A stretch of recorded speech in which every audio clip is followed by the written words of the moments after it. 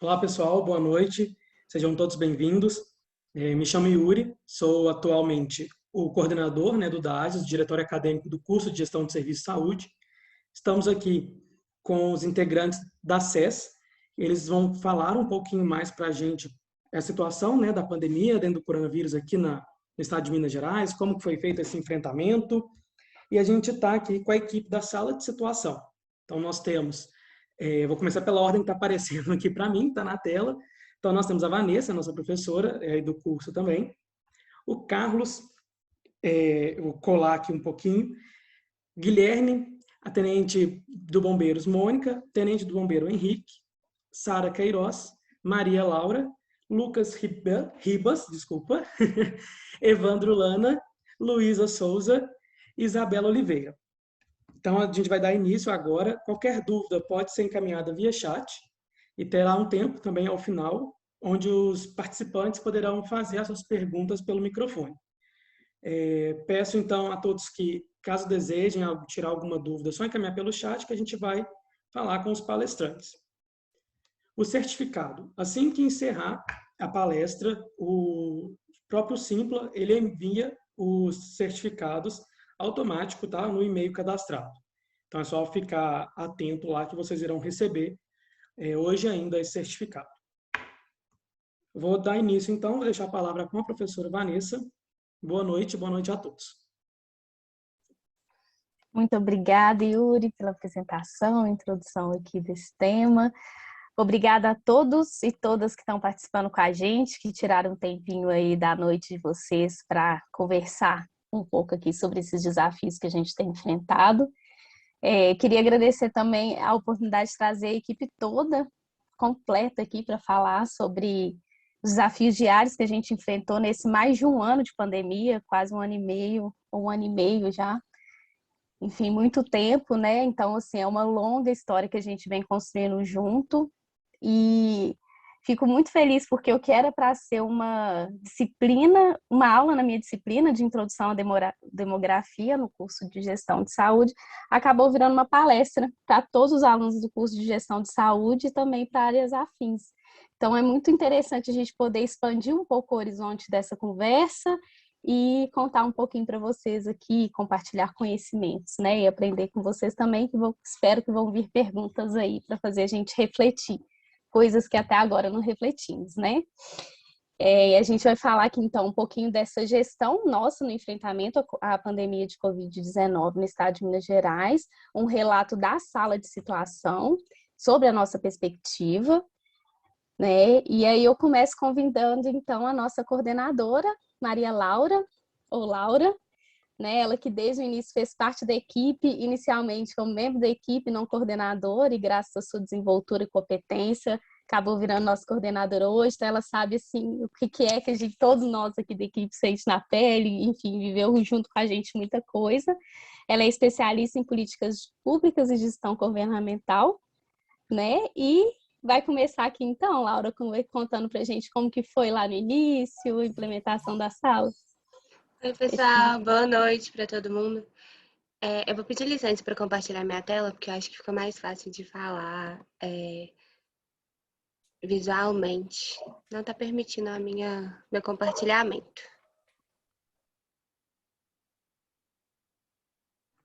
Olha se vai permitir agora. Agora permitiu. Beleza. Me deem joinha se todo mundo estiver vendo a tela.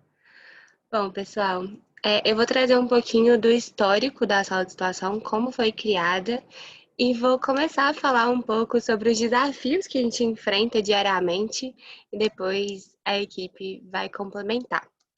Bom, uma sala de situação dentro da Secretaria de Estado de Saúde de Minas Gerais sempre foi um desejo, e ela funcionava de maneira intermitente. Toda vez que existia uma emergência em saúde pública, era criada uma sala de situação juntamente a um comitê de emergência, e quando a emergência ela acabava ou se transformava em atividade de rotina, essa sala de situação era desmontada. No final de 2019 para o início de 2020, tinha um projeto da construção de uma sala de situação institucionalizada e fixa dentro da secretaria, E a pandemia, ela teve um efeito catalisador, ela acelerou todo esse processo, ela transformou a informação em algo cada vez mais estratégico e, com isso, no dia 16 de abril de 2020, foi instituída a sala de situação dentro da Secretaria de Estado de Saúde de Minas Gerais. E esse processo, ele começou de maneira transversal dentro da secretaria, com pessoas cedidas de outras equipes, até o momento que que passou a ter uma equipe própria, que é essa hoje que está conversando aqui com vocês. E o que é uma sala de situação, né? Sala de situação é um conceito, a gente utiliza muitos conceitos e nem sempre a gente traz exatamente o que eles significam. Sala de situação, ela vem da antiga sala de crise e das guerras, e ela é basicamente um lugar onde a informação é uma ferramenta e um insumo para a tomada de decisão. Ela elabora diagnósticos e, com isso, ela baseia as estratégias. E a sala de situação que a gente tem hoje no estado de Minas Gerais, ela veio com uma missão de incorporar principalmente tecnologia na vigilância em saúde. E não é uma tarefa fácil, assim. Quando a gente pensa no estado de Minas Gerais, a gente tem diversos desafios que são estruturais. A população de Minas Gerais chega a quase 10% da população brasileira, mais de 10% da população brasileira, quase 22 milhões de habitantes. 853 municípios diversos e desiguais de todas as maneiras possíveis. E a gente está em um cenário em que existem sistemas de informação não integrados. Então, a gente precisa, além de lidar com os desafios estruturais de Minas Gerais, lidar com os desafios estruturais dos sistemas em saúde. E, durante a pandemia, surgiu um desafio novo, que é um volume de muito grande, que a gente precisava ser capaz de processar eles para gerar informação. Eu trouxe aqui uma história, na verdade, uma explicação sobre um viés cognitivo, que eu sempre uso quando eu vou explicar a sala de situação, porque eu acho que ela exemplifica muito bem o nosso trabalho. A equipe já está um pouco cansada de escutar essa história, mas eu acho que ela é bem explicativa. Na Segunda Guerra Mundial, eu vou falar um pouco sobre o viés de sobrevivência. Provavelmente alguns de vocês já conhecem, então eu peço licença poética para contar de um jeito resumido. Mas na Segunda Guerra Mundial, os Estados Unidos ele queria reforçar, blindar seus aviões para que eles fossem mais resistentes à guerra. Então, o que ele fez? Ele falou, vou analisar as informações que eu tenho. Um grupo de engenheiros decidiu analisar essas informações. Todos os aviões que voltavam da guerra, eles verificavam quais eram os lugares que os aviões mais tinham levado disparos e decidiram reforçar essas áreas. Mas foi um dinheiro muito mal gasto, porque eles apenas enxergaram os aviões que voltaram da guerra. Eles não conseguiram enxergar aqueles que ficaram no meio do caminho. E os que ficaram no meio do caminho eram os aviões mais importantes de serem analisados, porque os lugares que eles receberam disparos realmente foram os tiros que foram fatais. Eu conto essa história para explicar principalmente sobre vigilância em saúde. A Secretaria de Estado de Saúde, a gente está ligada à Subsecretaria de Vigilância em Saúde, exatamente porque a vigilância ela funciona como uma bússola do SUS. A gente analisa os dados, a gente incorpora tecnologia em todos esses processos, mas sem essa bússola, sem saber para onde olhar, essas análises não seriam eficientes, não se transformariam em informações estratégicas para a tomada de decisão. Então, a gente atua de maneira transversal e intersetorial com as outras áreas da Secretaria de Saúde, e principalmente com a vigilância em saúde, para a gente saber quais critérios epidemiológicos, como que a gente olha, quais informações são importantes para a tomada de decisão e conseguir saber e qualificar melhor a análise que a gente está fazendo.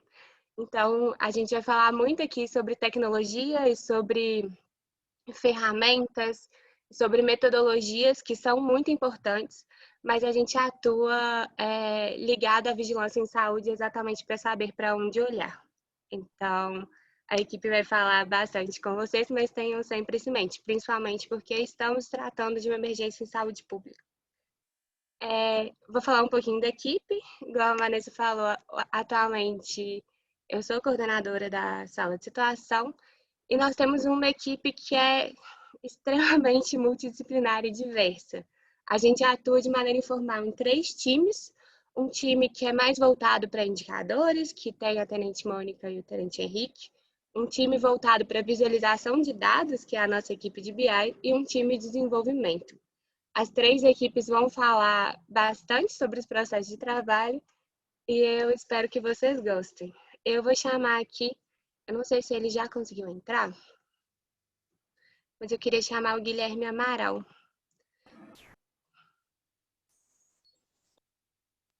Boa noite, Laurinha. Boa noite, gente. Já consegui entrar sim, tive uns probleminhas técnicos, mas se você estiver aí me ouvindo, acho que tá tudo certo. O Gui vai trazer um pouquinho, conversar um pouquinho com a gente, principalmente sobre essa parte de dados e a importância da utilização de dados nas instituições hoje em dia. Gui, vai me falando para passar. Perfeito, gente. Então, boa noite a todo mundo, né, que está me assistindo. Agradecer a oportunidade de estar aqui também, né? Essa cultura sala, acho que é um momento bem bacana. Eu, como a Laura, o Flávio, mais alguns colegas nossos, principalmente na equipe do BI, temos formação em administração pública.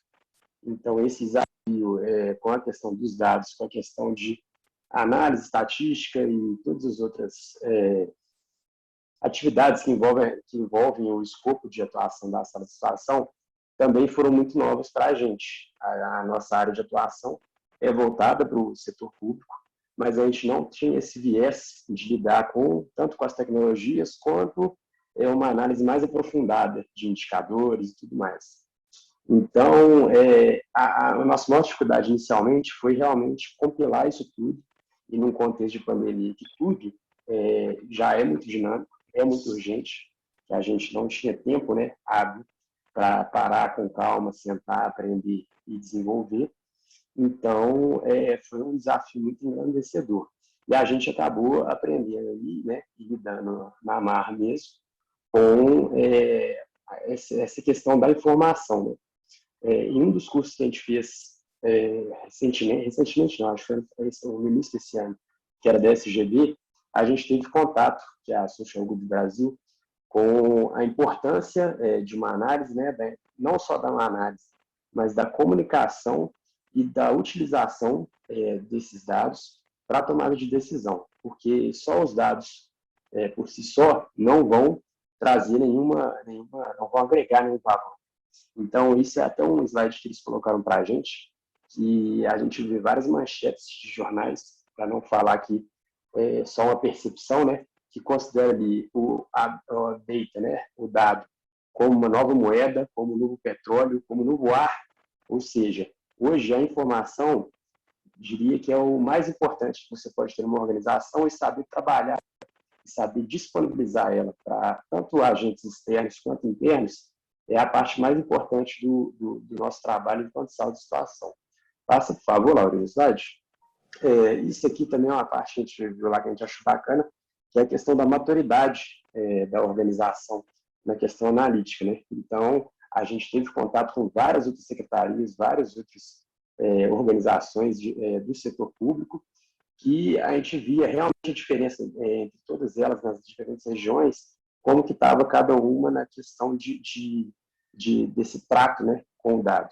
Então, a gente tem ali, bem no início, quando são compilados apenas manualmente alguns relatórios, não é nada padronizado, a gente tem aquilo bem cru.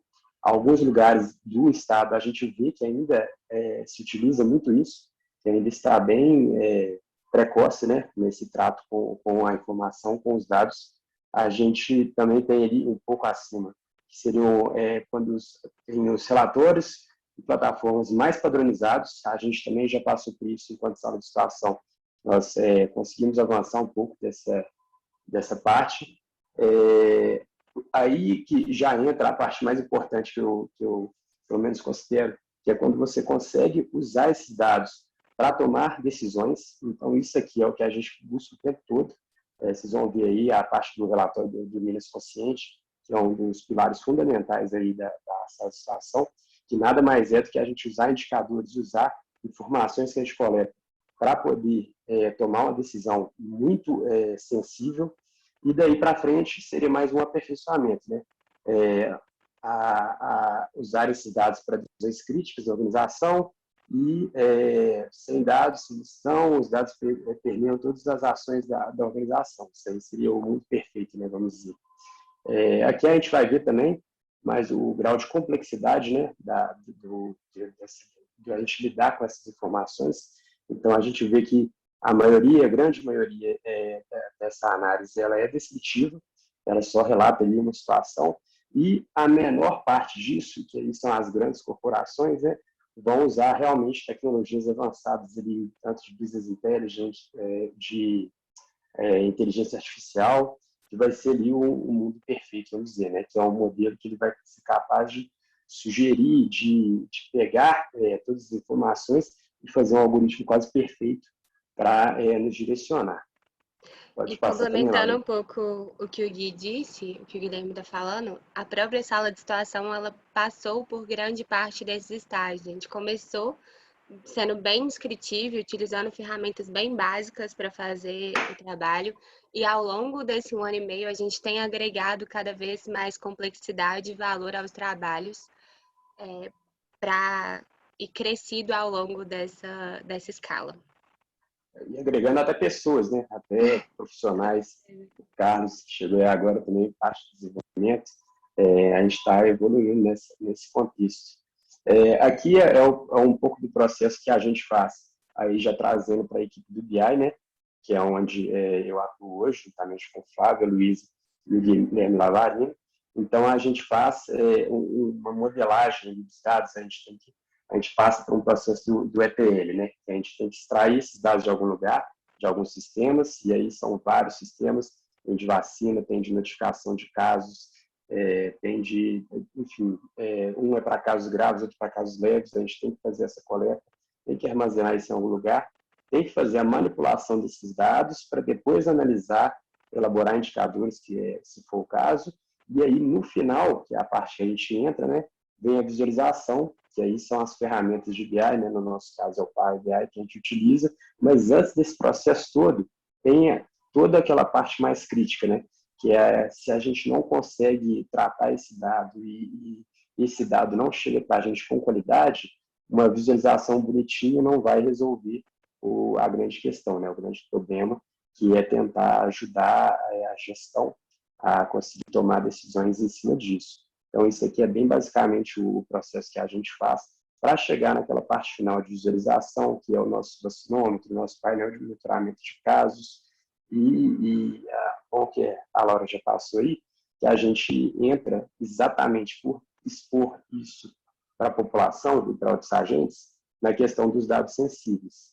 E aí, ainda mais por estarmos tratando de uma pandemia, né, que a gente coleta muitos dados de saúde das pessoas, essa é uma parte que assim, é bem crítica da gente mexer. Então, o tempo todo, nossos dados têm que ser anonimizados, a gente não pode colocar nada que vá se referir diretamente a uma pessoa, que permita identificar uma pessoa, e aí esse é um dos tópicos, né, que a gente está procurando lidar ainda mais agora com o contexto da LGPD e tudo mais, fica bem difícil difícil não, né? Desafiador de lidar com esses dados. Laura, você quer dar uma passada, que eu estou na tela do celular aqui, eu não estou conseguindo ver direito. Isso é só um exemplo. Nossos mapas, né, de dados. Isso. Apenas um exemplo de um mapa de dados, de como a gente lida com esses dados e a interlocução entre todos esses sistemas. Mas é só para trazer de exemplo. Aí, se o Flávio ou a Lu quiserem complementar, a gente trouxe alguns dos nossos desafios aqui também. Então, falando um pouquinho desses desafios, né, para processamento dos dados e para produção dessas informações. Então, só para falar, né, que são vários os sistemas e são múltiplas as fontes de dados que existem especificamente na educação. Então, a gente tem o ESUS, tem o CIVEP, tem o Open Data SUS. Então, as informações, né, os dados pertinentes à saúde, eles vêm de várias fontes. Então, existe um esforço para juntar, para concatenar. Então, a gente tem que buscar várias chaves para juntar esses dados e aí conseguir produzir essa informação para ir levar para visualização. Então, existe um esforço e isso consiste num desafio, porque existem variadas origens para elaborar esses painéis no final das contas. a gente traz um outro desafio, que é essa necessidade de adaptação para a criação de ferramentas paralelas. Porque muitas vezes a realidade ela vai muito mais rápido do que os sistemas e as ferramentas que a gente tem. E, às vezes a realidade não está contida nesses sistemas.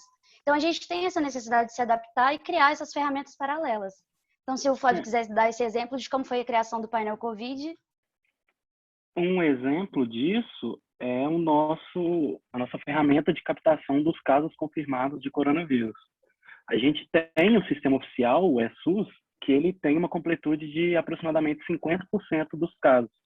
Ou seja, se a gente não tivesse feito ferramentas paralelas para captar esses dados de casos confirmados, a gente teria 50% a menos de notificações de coronavírus. Então, como a realidade anda muito mais rápido do que os sistemas que a gente tem, acabou que a gente teve que fazer essa adaptação para pegar as informações que a gente necessitava. Então, e aí quando a gente fala de desafio, é bem pertinente a gente colocar o que a pandemia fez, a pandemia do coronavírus. Porque houve uma dimensão de notificações e de registros muito atípica, tanto em volume de notificações, quanto em velocidade. E foi uma coisa muito inesperada que gerou também uma necessidade tanto de adaptação dos sistemas de informação, quanto das análises de dados. E isso fez com que a sala tivesse que se adaptar para processar e para extrair essas informações, para extrair esses dados, produzir as informações e para produzir essa forma de visualização. E isso foi tão desafiador que produziu um crescimento muito grande também, no final das contas. E, por fim, um outro desafio, porque a gente pensa só na realidade, no macro, mas tem os desafios micro, né, que dizem respeito aos dados. Então, tem os erros de preenchimento e o tratamento de dados, que são uma parte importante também. Porque quando a gente vai mexer com dados, às vezes a gente pensa erroneamente que os dados vão estar muito redondos na hora de a gente trabalhar. E é justamente o contrário. Então, a gente trouxe o exemplo aí da grafia dos fabricantes de vacina. Então, vamos fazer um quantitativo dos fabricantes de vacina. E muitas vezes, para o mesmo fabricante, a gente tem 17 grafias diferentes. E esse esforço de tratar esses dados, de corrigir esses erros de preenchimento para ir produzir um quantitativo, é um esforço que a gente tem que fazer para corrigir, para tratar esses dados, para ir produzir informações, para ir produzir a visualização, para levar ao público. E aí sim a gente faz aquele painel que chega ao nosso cliente, que é o público e a população. Então, esses são alguns dos desafios do processamento e produção de informações. É isso. Obrigada. A gente trouxe alguns exemplos de painéis, mas no final a gente mostra, só para não perder o fio da meada enquanto isso. Vou convidar agora a Lu falar um pouco dos desafios no sentido amplo, no sentido da dimensão dos desafios, e tem alguns desafios que são mais atinentes à realidade. Aí eu vou convidar a equipe de desenvolvimento para contar para vocês. Oi, pessoal, boa noite. Eu sou Sara, eu sou demógrafa, assim como a Vanessa e a Isabela, e a gente vai tentar trazer para vocês um pouquinho desses desafios para a demografia. Um grande desafio para a demografia é essa automortalidade em tão pouco tempo por uma única causa. Então, esse é um desafio que eu acho que a gente nunca pensou em ver assim, em tão pouco tempo, né? Em alguns momentos mais críticos, como em março desse ano, alguns estados, como o Rio Grande do Sul, tiveram mais óbitos do que nascimentos, o que é uma questão também que pode impactar lá na frente, né, na questão demográfica, no crescimento, na taxa de crescimento da população, que já estava desacelerando com o tempo, mas agora a gente teve uma desaceleração bem mais forte. Outro desafio, que até a Luísa comentou, para a gente é esse grande volume de dados com muitos problemas de notificação. E a gente precisa rapidamente corrigir isso para reportar tanto a sociedade quanto internamente para a gente resolver problemas, né? Para a gente conseguir resolver rapidamente os problemas da Covid. E quando a gente estuda demografia, a gente vê dados com problemas e tudo mais, né? No acadêmico, a gente também vê, mas nada se compara ao que a gente tem no Covid Tudo que a gente vê na academia é muito melhor, a gente tem PNAD, censo, é muito melhor. A gente lida com dados muito ruins, então a gente faz um trabalho bem árduo para conseguir soltar isso da forma mais correta possível. E outro desafio é a distribuição dos óbitos ao longo das faixas etárias, que a gente sabe que não é... Tem faixas etárias que morrem mais do que outras, então é um desafio, tanto para a demografia, quanto também para a gente lá na secretaria de conseguir fazer de forma que consiga atender melhor as populações. Pode passar, Laurinha. Eu sou responsável por calcular os óbitos, né, diariamente, então eu trouxe como curiosidade para vocês como é feito esse fluxo, né, toda a dificuldade que a gente passa. Só é resumido, mas para vocês verem a demora que é para soltar esse dado por tudo que a gente tem que fazer, né? Todos os dias, de manhã cedinho, né, por volta das 8h45, a gente solicita os dados oficiais, a gente usa o CIVEP, que tem os dados de síndromes respiratórias agudas graves, né, e aí, nós que somos da equipe R, a gente trata esses dados no R, para eles poderem ficar melhores para depois serem publicados. Mas como que a gente faz esse tratamento?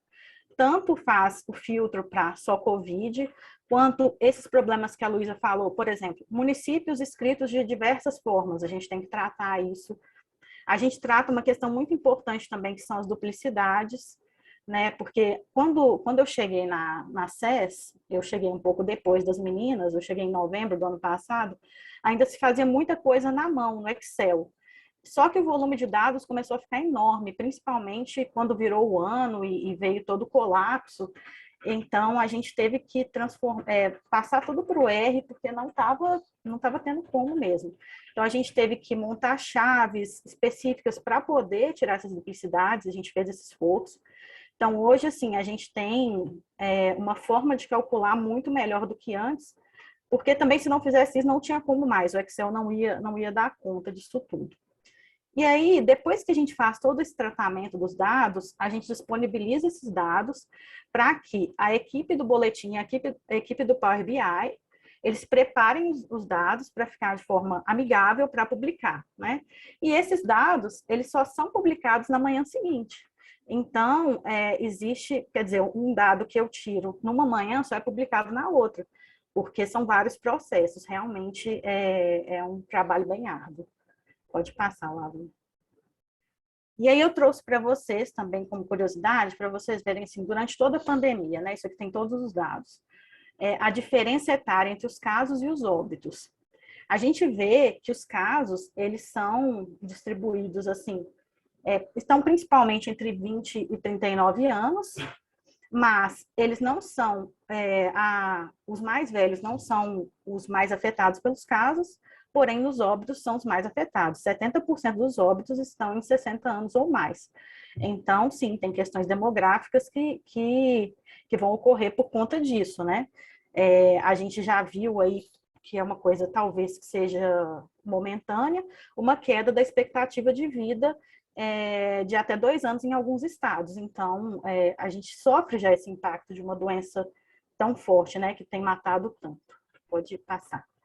E aqui, trazendo de forma mais aberta os óbitos para vocês, comparando 2020 e todos os meses de 2021, a gente consegue ver que há uma variação, né, dessa predominância das mortes, que no momento que a gente teve crise, por exemplo, e mais em maio e junho, onde a gente já tem o impacto da vacinação, a Isabela vai falar melhor sobre isso, a gente começa a ver que cai o percentual de óbitos nos 60 anos ou mais e aumenta um pouco nos outros grupos. Esse percentual é em percentual, não quer dizer que aumentou o número de óbitos de 60 anos ou mais, ou de 40 a 59 anos, né? Tudo é percentual. Então, hoje a gente tem um número de óbitos diários muito menor do que era antes, então é diferente a gente comparar o percentual de hoje com o de antes, né? Porém, a gente vê que nesses momentos em que começou a sentir a vacinação, houve uma mudança do padrão etário aí de óbitos. É isso. Boa noite, gente. Vocês estão conseguindo me ouvir? Tá dando para escutar direitinho? Bom, gente, então, eu sou Isabela, eu componho parte da equipe que faz a programação IR junto com a Sara e com a Vanessa, e eu sou economista e demógrafa. Eu acho que um dos grandes aprendizados que veio com esse desafio de trabalhar na sala com o Covid é que o demógrafo ele não é só um analista de população. Eu acho que nós somos grandes analistas de qualidade da informação. A gente chega a ser insuportável do tanto que a gente gosta de analisar a qualidade do dado. E a gente perpassa por várias rotinas, mas eu vou falar basicamente da vacinação. E os desafios que eu tenho percebido ao tratar os dados de vacinação é, primeiro, as bases não têm integração, elas não têm uma chave única que eu consiga buscar essas pessoas. Por isso, a gente acaba operando muito texto.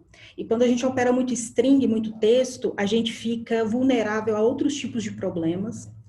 Além disso, em termos de gestão, algo que a gente também passa bastante dificuldade é que a regionalização da gestão, ela não está inserida em nenhum sistema oficial. Então, hoje, Minas Gerais, 853 municípios, então vocês imaginam que não é fácil lidar com tantos municípios assim.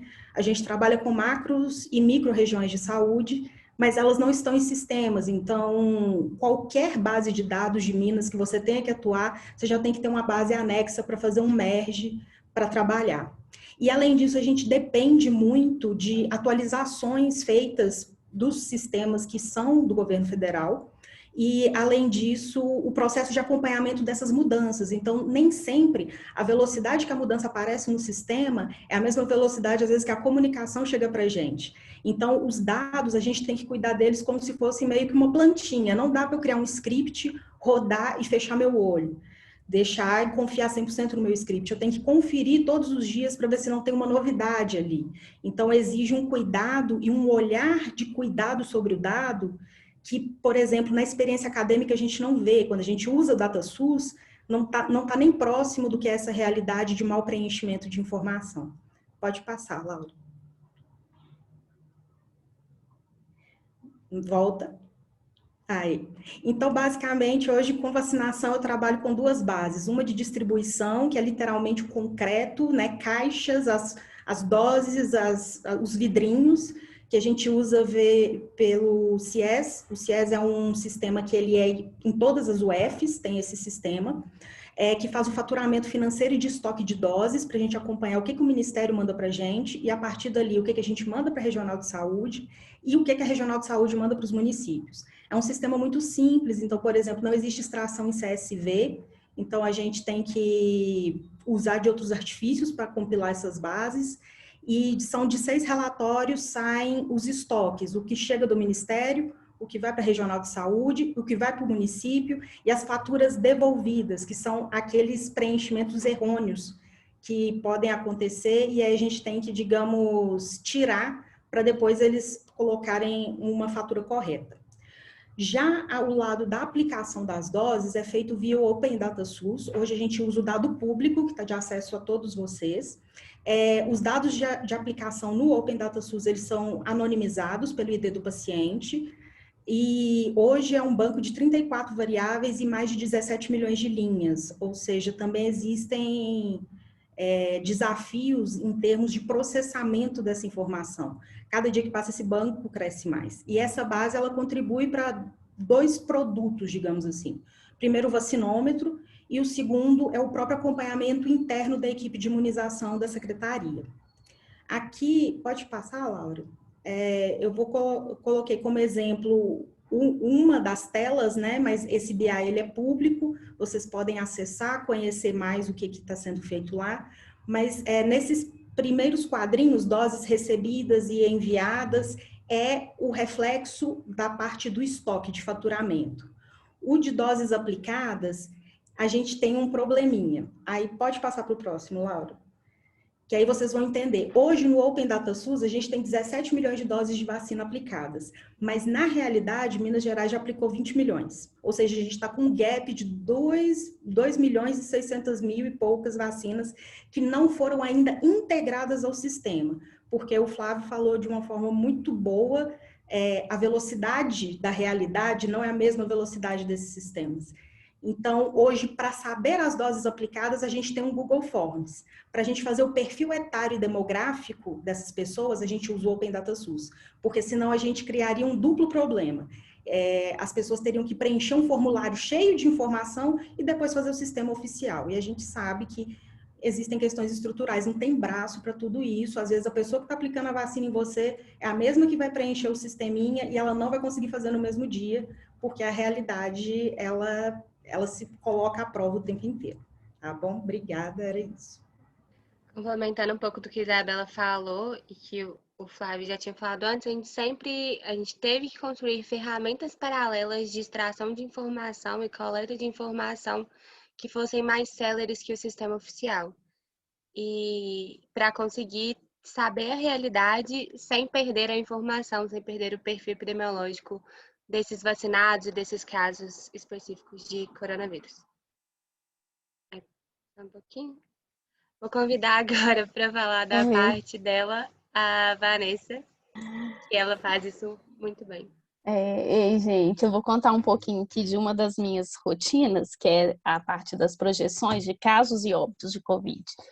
E aí a primeira coisa que eu queria contar para vocês, como eu já reforcei um pouquinho na minha turma, mas eu quero reforçar aqui no curso da gestão de saúde, é que projeção não é previsão. A gente não prevê o futuro. O que a gente faz é criar cenários possíveis com base em uma série de hipóteses que a gente cria, né? E essas hipóteses são baseadas em contextos semelhantes, em situações similares, para a gente poder tentar prever o comportamento. Por exemplo, populacional, como a gente já viu, né? Se eu quero tentar prever o comportamento do Brasil, eu vou me basear o quê? Nos dados históricos, nas realidades de países próximos, no que aconteceu em países desenvolvidos, aplico essas hipóteses e crio esses cenários. Então, para cá, quando a gente vem trazer essa ideia das projeções no contexto da Covid, da pandemia, o que a gente faz? Exatamente a mesma coisa, assim, a gente importa algumas hipóteses de coisas que já aconteceram e tentamos prever o comportamento dessa situação. Então, no caso do Covid, que é uma pandemia, a gente se baseia em modelos epidemiológicos, os que vocês já devem estar cansados de ouvir aí, que é o modelo CIR, né, que tem uma curva de pessoas susceptíveis a pegar essa infecção, os infectados que contaminam essas pessoas e os recuperados. No modelo CIR, que é um pouco a adaptação dessa proposta, ele coloca também as pessoas expostas, né? E na modelagem que a gente incorporou aqui para fazer, pode passar o slide, Laurinha, para a sala de situação, a gente incorporou também a projeção dos óbitos que vem dessa modelagem.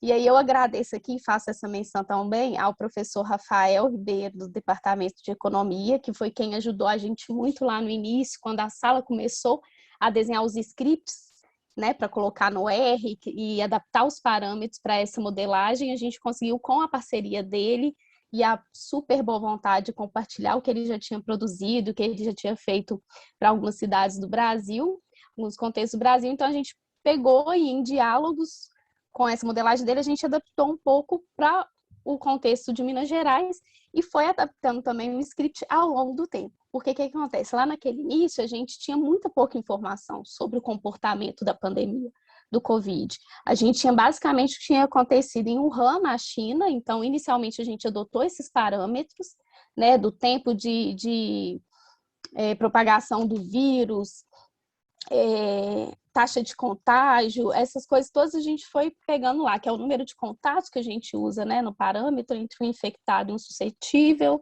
o coeficiente de contágio. A gente inicialmente pegou o de Wuhan e da China e depois foi adaptando ao contexto de Minas Gerais para tentar incorporar um pouco as medidas de isolamento social e distanciamento social também, né?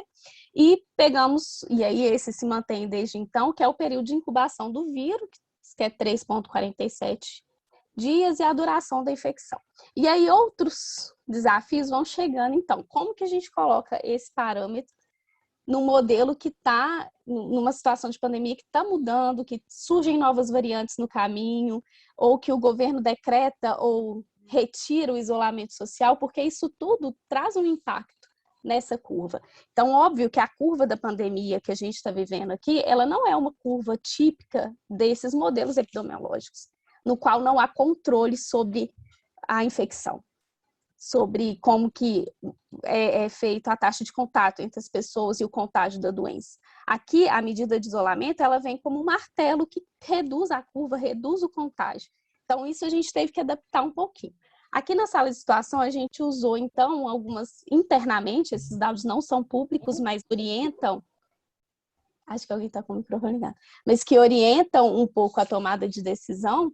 A gente fez umas simulações e aí, semanalmente, a gente revisa essas projeções.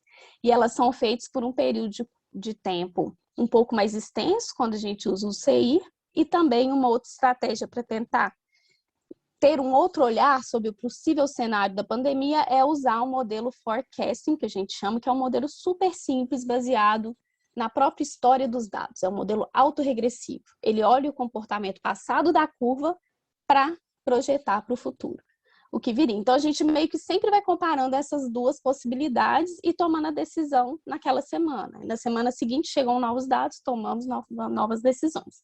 Então, aqui tem um pouquinho um exemplo de como a gente projeta, né? A gente vai fazendo várias curvas a cada semana com os dados novos. Hoje, a gente vê que a gente está numa situação da pandemia bem melhor do que a gente esteve durante todo esse ano. Hoje, a gente está a níveis de junho do ano passado, para casos. Pode passar, Laurinha. Aqui é o casos também, mais com a modelagem do forecast, como eu já expliquei. E agora os óbitos, por favor. Isso. E aqui, como está a situação dos óbitos, como ele foi evoluindo. Então, a gente está muito seguindo ao que o modelo mais recente, a curva mais recente nos mostrou. E hoje a gente está num cenário bem mais confortável da pandemia, mas ainda não é momento para relaxar, né? Temos que tomar cuidado com as novas variantes e tudo mais.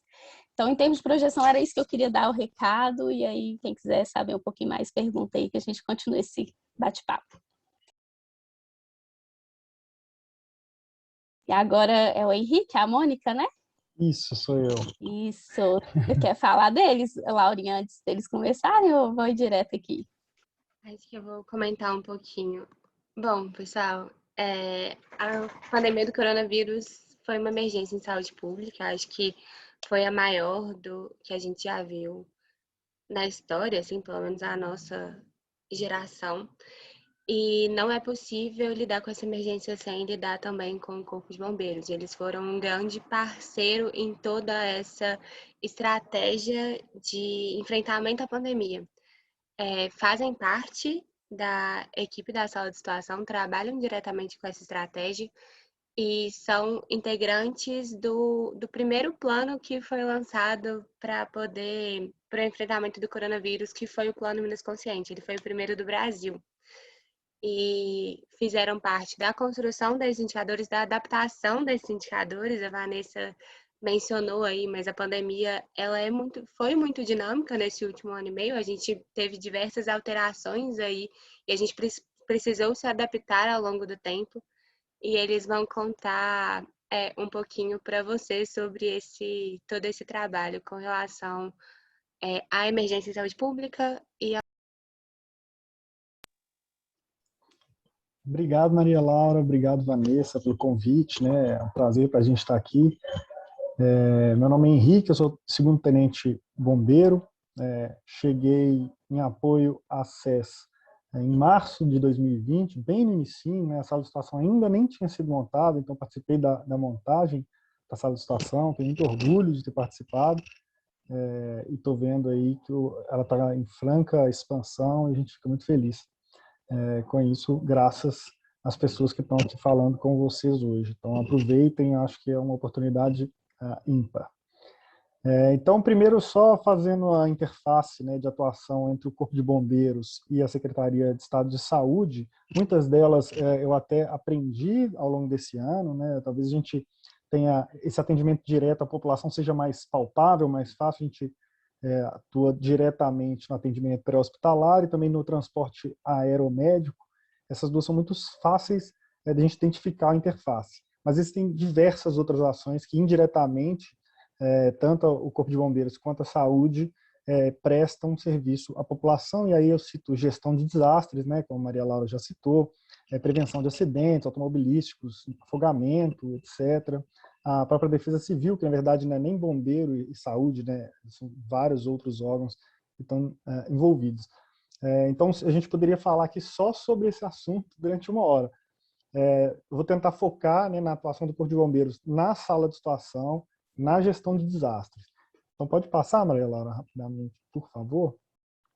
Esse slide eu acho sensacional, foi feito pela Subsecretaria de Vigilância em Saúde, e a gente até utiliza ele hoje em apresentações do Corpo de Bombeiros, porque mostra um pouco dessas interfaces que a gente está falando, né? Então, rompimento da barragem de Brumadinho, a princípio parece uma coisa de bombeiro, mas a saúde está diretamente envolvida, principalmente no pós, né, desastre, as diversas questões que o rompimento da barragem trazem para a população. E aí tem outros exemplos também, enchentes, né? A gente pode dar vários outros exemplos. Pode passar, por favor? Então, eu foco, como eu disse, na atuação do Corpo de Bombeiros na sala de situação e especificamente no monitoramento dos indicadores do Minas Consciente. Eu considero esse um dos produtos, né, como o Guilherme Amaral falou também, talvez mais nobres da sala, não só pela sua exposição, mas também porque há a participação de todas as equipes. Então, quando a Maria Laura apresentou as equipes da sala, absolutamente todas as pessoas participam do Plano Minas Consciente, porque, embora apenas uma parte dos indicadores, como a Tenente Mônica provavelmente vai falar em seguida, vá a público diretamente, a apresentação que a gente faz interna é muito mais extensa, tem todas essas discussões que a gente está tendo aqui, e com a participação de todas as subsecretarias, do próprio secretário, do secretário adjunto, do chefe de gabinete. Então, é um produto muito visado, mas também que requer muito trabalho de uma equipe muito grande, muito empenhada. E aí o cenário que a gente tinha no primeiro semestre do ano passado, é difícil não ser repetitivo, né? Mas a gente tinha esse problema de diversidade de bancos, isso impacta diretamente no Minas Consciente. E aí, logo em março de 2020, a gente percebeu que era necessário contratar pessoas especializadas em tratamento de dados. A saúde tem muitas pessoas com capacidade enorme na área de saúde, mas para tratamento de dados é necessário um conhecimento específico. E aí, esses profissionais que estão aqui falando para vocês, excelentes profissionais. As limitações do banco também, vou tentar não ser repetitivo, né, mas a gente tinha bancos pré-existentes que não eram alimentados adequadamente antes da pandemia e após a pandemia passam a entrar no foco, passam a ser mais alimentados, isso gera diversos problemas. Bancos que foram criados para a Covid e bancos que foram sendo criados ao longo do avanço da pandemia. Então, essa diversidade é um problema, né? A gente precisa coletar, a Luísa falou, né, há todo um trabalho para cruzamento dessas informações, e também foi citado por várias outras pessoas, a questão da ausência de chave única, que é um problema crônico, é um problema que existe e vai existir nos próximos anos, e esse é um problema que a gente vai enfrentar em qualquer tipo de desastre. Nem todas as pessoas possuem CPF, ou conhecem o seu CPF, então, principalmente das camadas socialmente mais desfavorecidas, a gente tem muito desses problemas. E homônimos, e etc. E aí o cenário que a gente tinha, principalmente no início da pandemia, era uma expectativa de crescimento exponencial de casos. Então, tudo que a gente precisava tomar de decisão era com uma limitação muito grande de tempo, né? Não é possível a gente produzir um estudo aprofundado para definir indicadores, por exemplo. Então, a gente precisa tomar decisões muito rápidas e multidisciplinares. Então, sentar, conversar, as reuniões de COIs eram muito longas, porque realmente precisava de muito debate de pessoas com conhecimentos variados.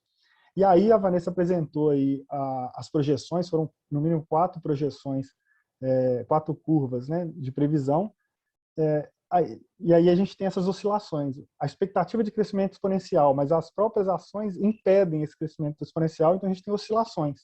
Isso traz diversas incertezas, dificulta muito a tomada de decisão em tempo real.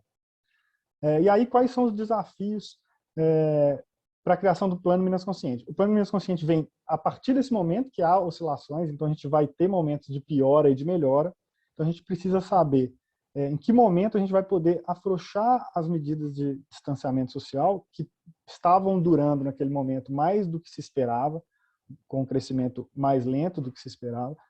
Então, a gente precisava tomar uma decisão de o que vai abrir. E aí isso veio como um produto multidisciplinar, e aí eu digo mais do que multidisciplinar, né? Ele era interorganizacional. Então, eram todas as secretarias. Aí é fácil citar a saúde e o desenvolvimento econômico, mas também envolveu a educação, desenvolvimento social e várias outras subsecretarias, várias outras secretarias e até ações de governo. Aqui eu não vou nem entrar nos desafios relacionados a políticas, né, pressões de diversos setores afetados. Essa é uma questão que quem tratou mais foi a secretaria, né, e o governo propriamente dito. Óbvio que isso interfere no nosso trabalho, então a gente precisava rever alguns indicadores por pressões, mas a gente não absorvia diretamente. E aí a gente recebia mais diretrizes de onde poderíamos melhorar para melhorar a comunicação externa. A Maria Laura já falou do pioneirismo, né? Foi o primeiro plano de reabertura ser lançado, então a gente não tinha parâmetros de outros estados, não era possível estabelecer parâmetros a partir de outros casos. Embora existissem estudos internacionais, as realidades são muito diferentes, então o nível de testagem é diferente, né? As informações, em geral, os países que são pioneiros nesse tipo de análise de indicadores são aqueles que têm os dados mais bem tratados, né? Que precisam de menos tratamento de dados. Então, eles têm as informações muito mais mastigadas. Então, é difícil a gente utilizar esses parâmetros aqui para o Brasil. E aí existe uma dificuldade técnica em definir os parâmetros de corte, que é essa que eu estou citando, e uma dificuldade de comunicação também. Porque se a gente define que um indicador, por exemplo, isso entrou na discussão, vai ser o número de óbitos que ocorreram no último mês. E aí, a partir desse momento, eu defino que um parâmetro é aceitável, ou seja, eu aceito até X mortes por mês e para que o comércio permaneça aberto. Olha a dificuldade de eu comunicar isso para a população. Então, ainda tem essa questão complexa de não passar uma imagem negativa do plano, e aí pressões de ambos os lados. E aí eu fecho só, talvez seja o ponto mais importante, né, para a gente levantar do Minas Consciente, de que ele foi lançado em abril de 2020, houve uma consulta pública em julho de 2020 e hoje ele está na sua versão 3.6. É um constante aperfeiçoamento mesmo, os indicadores já mudaram muito. Claro que essas revisões não são só de indicadores, são revisões de protocolo, de ondas, nem todas passam pela sala de situação, é muito importante que seja dito, mas a revisão dos indicadores também acontece, um aprimoramento e uma mudança de cenário. Quando a gente muda a quantidade de testes, a gente muda os níveis de casos. E tudo isso é um aprendizado muito grande e eu acho que não finalizou. Enquanto o Minas Consciente persistir, ele vai ser aperfeiçoado. E aí eu passo a palavra para a Tenente Mônica para que ela faça um fechamento sobre os indicadores propriamente ditos. Boa noite, senhores e senhoras. Eu sou a Tenente Mônica. Eu passei a compor a sala de situação em maio desse ano e assumi junto com o Tenente Henrique as questões do Minas Consciente. Que nem ele já falou, a gente quando eu cheguei já estavam estipulados os indicadores para medir a situação de cada macro-região e até das micro-regiões no estado, para a gente entender qual que era o cenário da pandemia e suas questões de regionalidades. E esses indicadores hoje, eles são 7, eles estão distribuídos em 3 eixos, que eles vão avaliar questões de incidência, capacidade de atendimento das redes hospitalares e a velocidade do avanço da doença, né? Essa questão da taxa de incidência, por exemplo. A gente tem uma série de notas de cortes que dividem basicamente em 3 categorias que vão ser indicadores que vão estar, vamos dizer, como uma posição verde, uma posição amarela e uma vermelha. E de acordo com essas posições, a gente utiliza os pesos de cada indicador e chega numa pontuação geral para a região, avaliando assim se ela está sendo considerada na onda verde, na onda amarela ou na onda vermelha. E um grande desafio que a gente teve quando eu cheguei também, né, já acontecia há alguns meses, mas eu participei dessa parte, porque por mais que os indicadores já estavam estabelecidos, a gente estava no cenário de colapso. Os indicadores não conseguiam captar essas pioras do cenário já negativo, das ondas vermelhas. Então, a gente teve que adaptar novamente os dados, acrescentar algumas novas análises e, inclusive, fazer tratamentos de dados que algumas vezes nossos bancos de dados estavam desatualizados em relação especialmente a questões de internações e ocupações. Então, essa mobilidade, essa agilidade que a gente tem que ter nos indicadores e essa sensibilidade para conseguir realmente ver qual é a realidade que está acontecendo em cada região é um grande desafio na nossa parte de atuação. Sim, obrigada, pessoal. Com essa fala da Mônica, eu lembro do aviãozinho lá do início. Se a gente mantivesse os mesmos indicadores ao longo de todo o tempo do Minas Consciente, a gente não conseguiria perceber as mudanças no cenário epidemiológico e assistencial. Chegou um momento que a maior parte das macro-regiões estavam com 100% de ocupação e não tinha como internar mais pessoas. E como que a gente monitora isso? O que a gente vai monitorar para poder entender qual está pior que a outra e qual medida a gente vai tomar, qual situação está mais crítica? E a gente teve que revisar os indicadores para poder se adequar. E isso é feito com base na vigilância em saúde, que é a bússola para onde a gente olha para essa tomada de decisão. Agora, nossos novos desafios, a gente cresceu muito ao longo desse 1 ano e meio e chegou um momento que a gente começou a parar, porque a gente precisava incorporar mais tecnologia.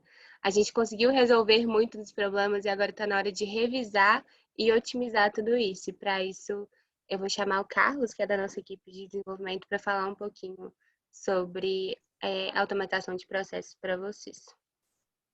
Obrigado, Maria Laura. Boa noite a todos. Espero que estejam bem.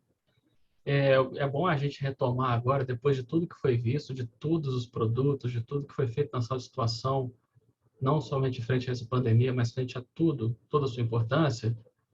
É bom retomar agora sobre quão é importante também você ter uma consistência nos seus bancos de dados, na sua estrutura de dados. Eu sou engenheiro de controle de automação pelo UFMG e agora sou desenvolvedor pela sala de situação, então vou dar um pouco dessa ótica para vocês. Como já foi falado, Minas Gerais é o estado com mais municípios e é a segunda maior população do país. E os dados referentes a cada indivíduo que são tratados não somente na pandemia, mas principalmente agora, envolvem muitos registros sensíveis e muitos registros, na verdade. Envolvem nome do paciente, nome da mãe, CPF quando tem, o resultado do teste, o resultado de testes específicos, o município de residência, o município de tratamento, etc. E isso, considerando toda a população, não somente a população mineira, mas de repetidos registros, quando você tem, por exemplo, alguém pode ter mais de um caso, então a pessoa entra 2 vezes no registro. Por exemplo, isso cria um grande volume de dados, que é o Big Data, por assim dizer. Eu vou falar, por exemplo, os dados do SUS. O SUS hoje conta com 70 colunas e 7 milhões de linhas aproximadamente, isso dá quase 500 milhões de células. E você tratar tudo isso, armazenar, fazer aquela parte do ETL que o Guilherme Amaral falou mais cedo, que é a extração, o tratamento e a disponibilização de dados, tem que ter uma estrutura adequada para isso. Então, o que por exemplo, foi observado? Esses dados estão crescendo muito e a gente tem que dar conta de tratar eles de forma segura, rápida e de certa maneira, eficiente, por assim dizer, consistentes, né? E uma das coisas que eu contribuí para isso foi criar um bot em Python para fazer um Elasticsearch no ESUS, por exemplo, porque uma das coisas que era visto, que a gente baixa o ESUS dos sites oficiais para poder tratar completo, com todos os indivíduos e todas as informações, para fazer cada uma das rotinas. E isso, além de ocupar um grande espaço, ocupa um grande tempo, para poder, por assim dizer. Então, a ideia surgiu de, por exemplo, baixar filtrado, de otimizar os scripts para ele poder funcionar em qualquer máquina, em qualquer momento, com o mínimo de tempo. Com isso, a gente conseguiu cortar pela metade a execução de alguns scripts. Por isso que foi necessária essa otimização de tudo. E no mais, no fim, automatização de processos para poder liberar da mão das meninas do R, não só delas, mas de todas as outras pessoas daqui dessa situação, para que eles se empenhem menos no trabalho braçal e mais no trabalho de análise, que é o que realmente importa para a tomada de decisões na pandemia. Eu acho que por isso é só. Fico por aqui. Muito obrigada. Agora a gente vai chamar... Peraí que tá passando muito rápido. Agora a gente vai chamar os meninos que ainda estão na faculdade, que trabalham com a gente, que são nossos estagiários, para falar um pouquinho sobre a interlocução entre o trabalho que eles estão fazendo e o curso e o que eles estão achando de trabalhar com dados no meio de uma pandemia. Meninos. Boa noite, gente. Para quem não me conhece, meu nome é Evandro. Eu sou acadêmico da sala e do CIEVES, então atuo em 2 setores. Eu sou acadêmico de gestão de serviços de saúde, sou colega de vocês. Eu conheço alguns, já vi uns nomes conhecidos.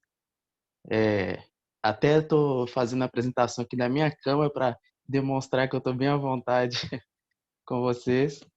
Eu vou falar um pouco, já introduzindo uma questão, né? A gente trouxe essa imagem que é uma luz acesa e várias apagadas que representam o momento que a gente entrou na secretaria, né, na sala. Era um momento de muitas dúvidas, tanto para o mundo de uma forma geral, quanto academicamente falando. Foi a primeira vez que a gente enfrenta uma pandemia em tempo real, e isso acho que maximiza todos os desafios que os meninos já falaram daqui para trás, né? É algo bem complicado, então imagina para a gente que é acadêmico, está começando ainda a nossa carreira e tal, mas essa luz acesa representa a oportunidade que a gente teve, né, de estar atuando no olho do furacão. Acho que vai ser muito bacana para a nossa carreira. E pode seguir, Laura, próximo slide. Aqui eu vou falar bem rapidão. Esses são os softwares, né, os sistemas que eu e os meninos, assim, os estagiários mais têm contato. O pacote Office básico é algo bacana de todo mundo saber. O SEI, que é por onde a gente, né, tramita os processos e tal. O RStudio, que é de atuação da equipe lá do R, do Lucas e tal. Power BI, que é o Lavarini, ele também vai falar um pouco aí. E o Visage, que é onde eu atuo um pouco mais, que é mais para desenho de fluxos e mapeamento de processos. Pode seguir. Aqui temos 3 exemplos, né? O primeiro que vocês veem ali na esquerda é um exemplo do Visage de mapeamento de processo. Na verdade, esse foi um desenvolvimento de um fluxo. Esse fluxo aí, curiosamente, é o fluxo da onda roxa, que a gente criou, eu, a Laura e a Eva, que é minha coordenadora no outro setor, para a secretaria. E na direita vocês veem a interface do R e embaixo do Power BI. Se o Lavarini e o Lucas quiserem falar um pouquinho aí dos aplicativos, dos softwares. Sim, vou deixar para falar quando for a minha parte, Thiago. Não, beleza. Para não te cortar. Então vamos mais rapidinho, bora lá. Aqui, legal também de vocês saberem, a página, né, web do coronavírus, onde a gente publica todos os boletins que passam pela sala de situação. Esse aí, em particular, que é o de dados suplementares, é produção nossa, então é bem legal. Eu, o Lucas e a Laura somos responsáveis. Depois vocês dão uma olhada lá, que tem um conteúdo muito legal, tem várias análises, vários dados bacanas para vocês darem uma olhada aí, quem sabe utilizarem, né, nos trabalhos. Pode passar. E agora a gente vai falar um pouco da nossa perspectiva. Eu vou deixar o Lucas começar aí. E é isso aí, daqui a pouco eu volto. Beleza, bacana. Só falando um pouquinho dessa parte, né, Thiago, da nossa perspectiva de estagiário e um pouco do que a gente tem no nosso dia a dia, como o Tenente Henrique falou, dessa multidisciplinaridade que a gente tem no nosso dia a dia, que é algo que eu vou falar dentro da minha parte, mas é muito presente, é muito proveitoso para nós. Nosso contato com os profissionais, o Learning by Doing, que é aquilo que você aprende só fazendo, que é o nosso contato diário, então com problemas, então a gente está sempre tendo esse Learning by Doing, as oportunidades e a preparação mais que quase perfeita, não é perfeita não, mas com uma gama muito legal para o mercado de trabalho.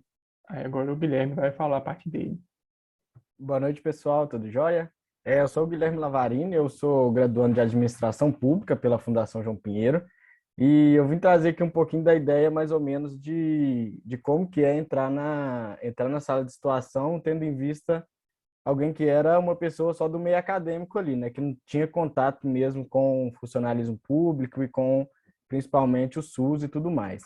E a gente tem que a sala de situação, ela está em um contexto dentro da secretaria, que ela está entranhada em muitos processos, então a gente tem um conhecimento muito grande sobre a secretaria como um todo, e principalmente a subsecretaria de vigilância, né, que é onde a gente atua mais fortemente assim.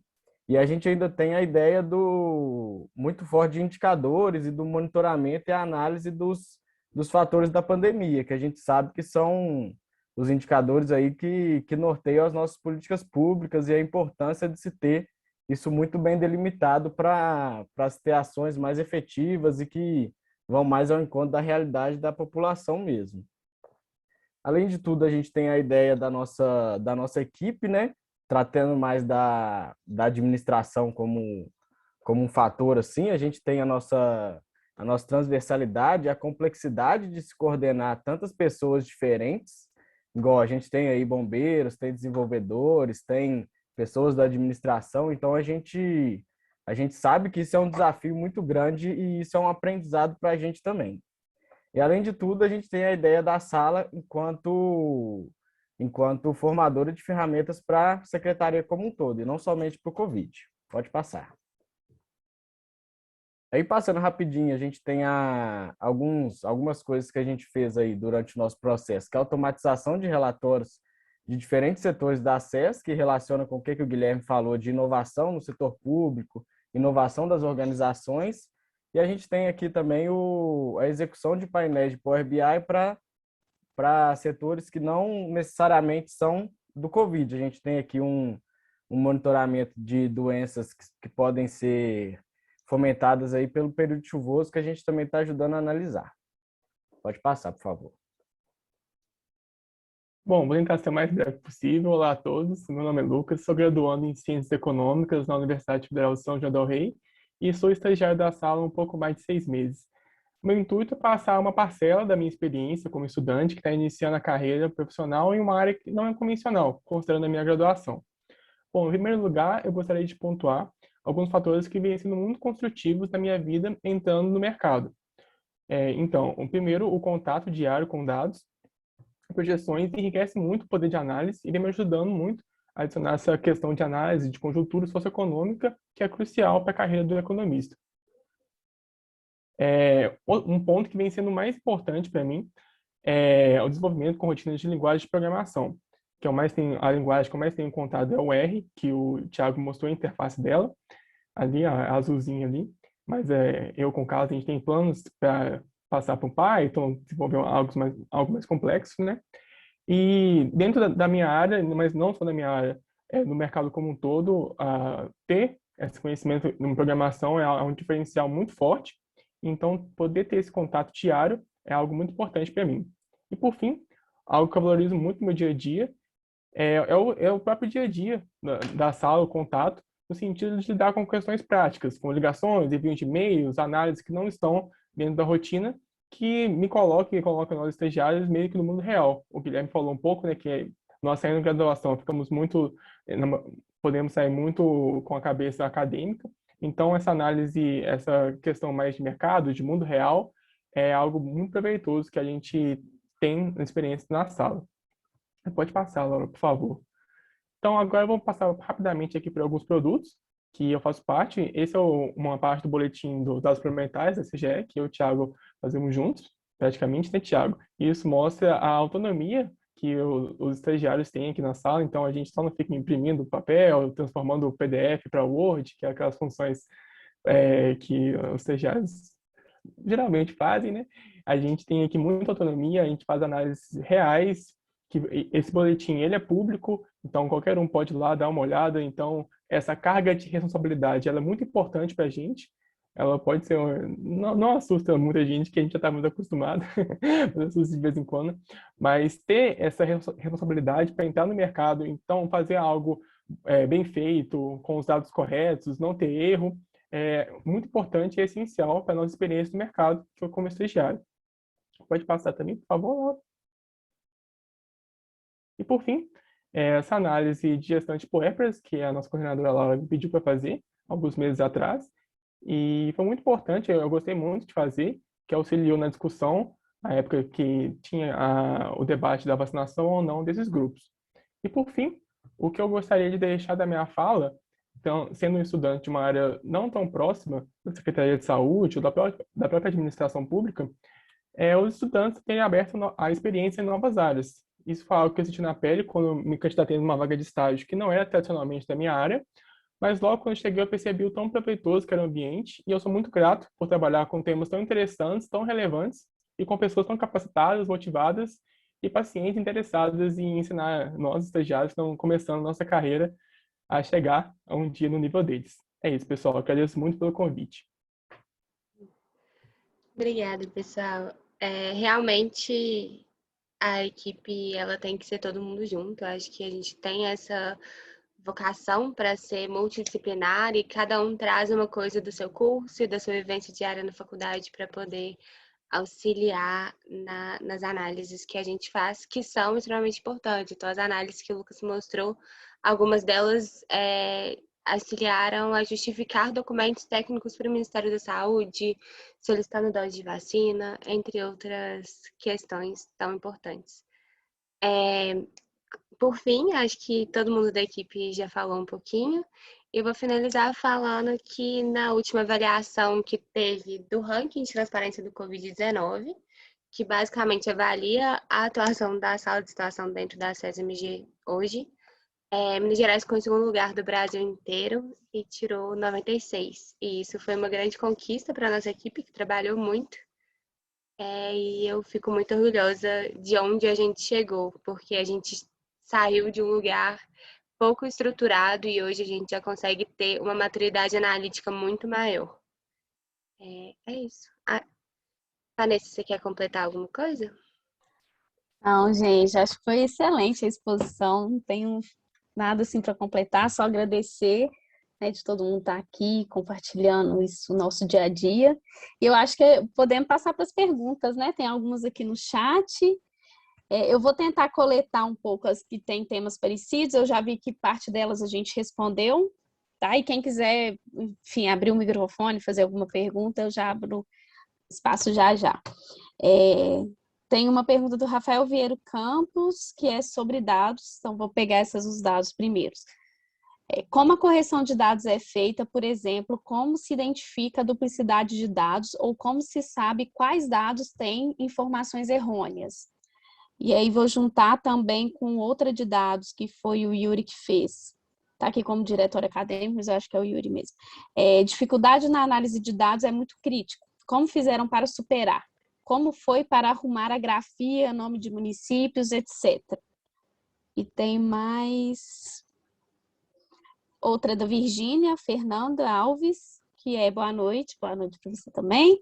Vocês falaram sobre o desafio e a necessidade do cuidado de se trabalhar com tantos dados. Existe a expectativa de se integrar os sistemas ou criar um novo sistema unificado, no caso dos municípios, para o Estado?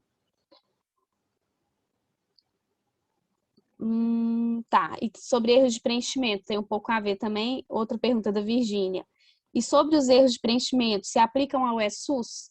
Se sim, vocês já trabalharam com orientações que minimizem esses erros e que sejam passados para os profissionais que preenchem esses dados? Por exemplo, da equipe de saúde do centro de saúde na ponta? Eu acho que essa parte, quem quer começar respondendo? Talvez Isabela, Vamos falar das Sara. duplicidades. Vai lá, Thaís. Começando a responder sobre as duplicidades, porque eu até falei um pouquinho lá na minha apresentação, vou dar um exemplo para vocês de como a gente faz. Eu falei lá que antes a gente fazia isso no Excel, naquela ferramenta de duplicidades. Porém, é muito a gente não conseguia pegar todas as duplicidades, porque muitas vezes os nomes dos pacientes, eles vêm escrito de forma, é o mesmo paciente, mas de forma diferente. As chaves que a gente usa são nome do paciente, nome da mãe e data de nascimento. Então, se o sujeito tem tudo isso igual, a gente considera duplicidade no óbito, né? Porém, por essas questões de estarem escritos de forma diferente, a gente teve que montar uma forma de conseguir achar essas duplicidades. Então, a gente usa uma chave que utiliza as iniciais do nome do paciente e da mãe, junto com a data de nascimento, e assim a gente consegue, através do R, já identificar essas duplicidades. Obviamente, tem duplicidade que passa, porque colocam data de nascimento diferente para a mesma pessoa em 2 lugares diferentes, porém, isso a gente não pode tirar, né? Porque a gente não pode mudar um dado. Mas o máximo de duplicidade que a gente consegue tirar, a gente tira dessa forma. Complementando um pouco o que a Sara falou sobre correção de nome de município, por exemplo. Foi uma coisa meio que na marreta, assim. A gente criou uma função gigantesca que a gente ia alimentando a partir dos erros que nós íamos percebendo. É por isso que eu falei que, assim, qualquer script desenvolvido ali, a gente não pode confiar 100% nele, a gente tem que sempre passar o olho para ver qual novidade apareceu. E também a gente tem que ter a sensibilidade de entender que no Brasil nem todo mundo tem uma educação digital boa, a gente não entende ainda sobre bons preenchimentos de bancos de dados, e é complicado, porque são 853 municípios, a gente tenta passar para as regionais de saúde, repassarem para os municípios, mas nem sempre essa comunicação também ela é perfeita. E um exemplo que eu acho que ficou muito simbólico para mim a gente tinha uma variável que era a variável na verdade, é o F, mas ela estava escrito estado. E a quantidade de pessoas que preenchiam a UF, que era a variável estado, com a resposta grave, porque não estavam entendendo o que era aquela variável, era muito grande, sabe? Sobre o preenchimento dos sistemas, o CIVEP, ele é um sistema que as pessoas estão mais habituadas do que o ESUS, então o ESUS ele tem muito mais erros de preenchimento que o CIVEP ele tem mais controle dentro dele, e sobre a gente passar para os municípios erros de preenchimento. O que eu posso falar da minha parte é a questão da vacinação. Hoje, pelos dados do Open Data SUS, a gente consegue pelo menos identificar 14 tipos de erros nítidos de preenchimento, e a gente faz essa rodada, né? A gente faz uma rodada semanal de análise desses erros e distribui para os municípios corrigirem. E aí, agora eu vou falar a minha opinião, tá? Sobre criação de um outro sistema, uma integração. Eu acho que seria muito difícil uma criação de um sistema estadual ou municipal, mesmo porque a gente sempre dependeria do federal. Então, mesmo se criássemos, teríamos que ter uma integração boa com os sistemas do governo federal. Então, eu acho que precisa de uma articulação e é bem mais difícil. Alguém quer complementar mais alguma coisa sobre isso, gente? Yuri, está com a câmera ligada, quer complementar a pergunta ou não? Não? Tá ótimo. Então, vou passar para as próximas aqui. Rafael, a sua pergunta eu acho que a gente já respondeu, que é sobre, que a gente mencionou, né? Uso de tecnologias para lidar com os dados, como o R e o BI, quais as ferramentas são usadas. Eu acho que os meninos, no finalzinho, acabaram mostrando todas elas. O Python, o R, Visage, né, tudo que a gente acaba utilizando aqui nas nossas rotinas. Então, se você quiser que complementa, me avisa, mas eu estou entendendo que a gente já respondeu. Tem uma outra pergunta aqui, que foi também do Yuri. Qual a dificuldade de manter a sala de situação dentro da SES e qual a vantagem de manter? Acho que a Laura seria a pessoa mais adequada para responder essa pergunta para a gente. Oi, pessoal. A sala de situação é uma sala de situação em saúde, né? Eu acho que a sala de situação ela é voltada para essa temática. Existem outras áreas de governo que também têm instâncias parecidas que trabalham com dados específicos da temática, a gente sabe que a educação trabalha muito bem com dados, a segurança pública tem o SINDES, que mexe com dados em segurança pública, e a sala de situação, a importância de ter acho que não é nem de se manter dentro da saúde, mas de ter uma sala de situação de saúde, é que o SUS hoje, ele consegue coletar uma quantidade de dados que permite uma análise da situação de saúde incrível. E a incorporação de tecnologia nessa análise de dados consegue auxiliar muito, tanto na avaliação da situação de saúde geral, com relação a doenças e agravos transmissíveis, com relação a doenças crônicas, com relação a acidentes. E se a gente consegue monitorar todas essas informações, a gente consegue construir políticas públicas melhores, tomar decisões melhores com relação a essa situação de saúde. E também, no caso de uma possível emergência em saúde pública, estar mais preparado. O SUS ele tem essa capacidade de coletar muitas informações e conseguir trabalhar elas é uma grande vantagem para o Estado no que tange as políticas públicas de saúde. Se alguém quiser complementar a pergunta.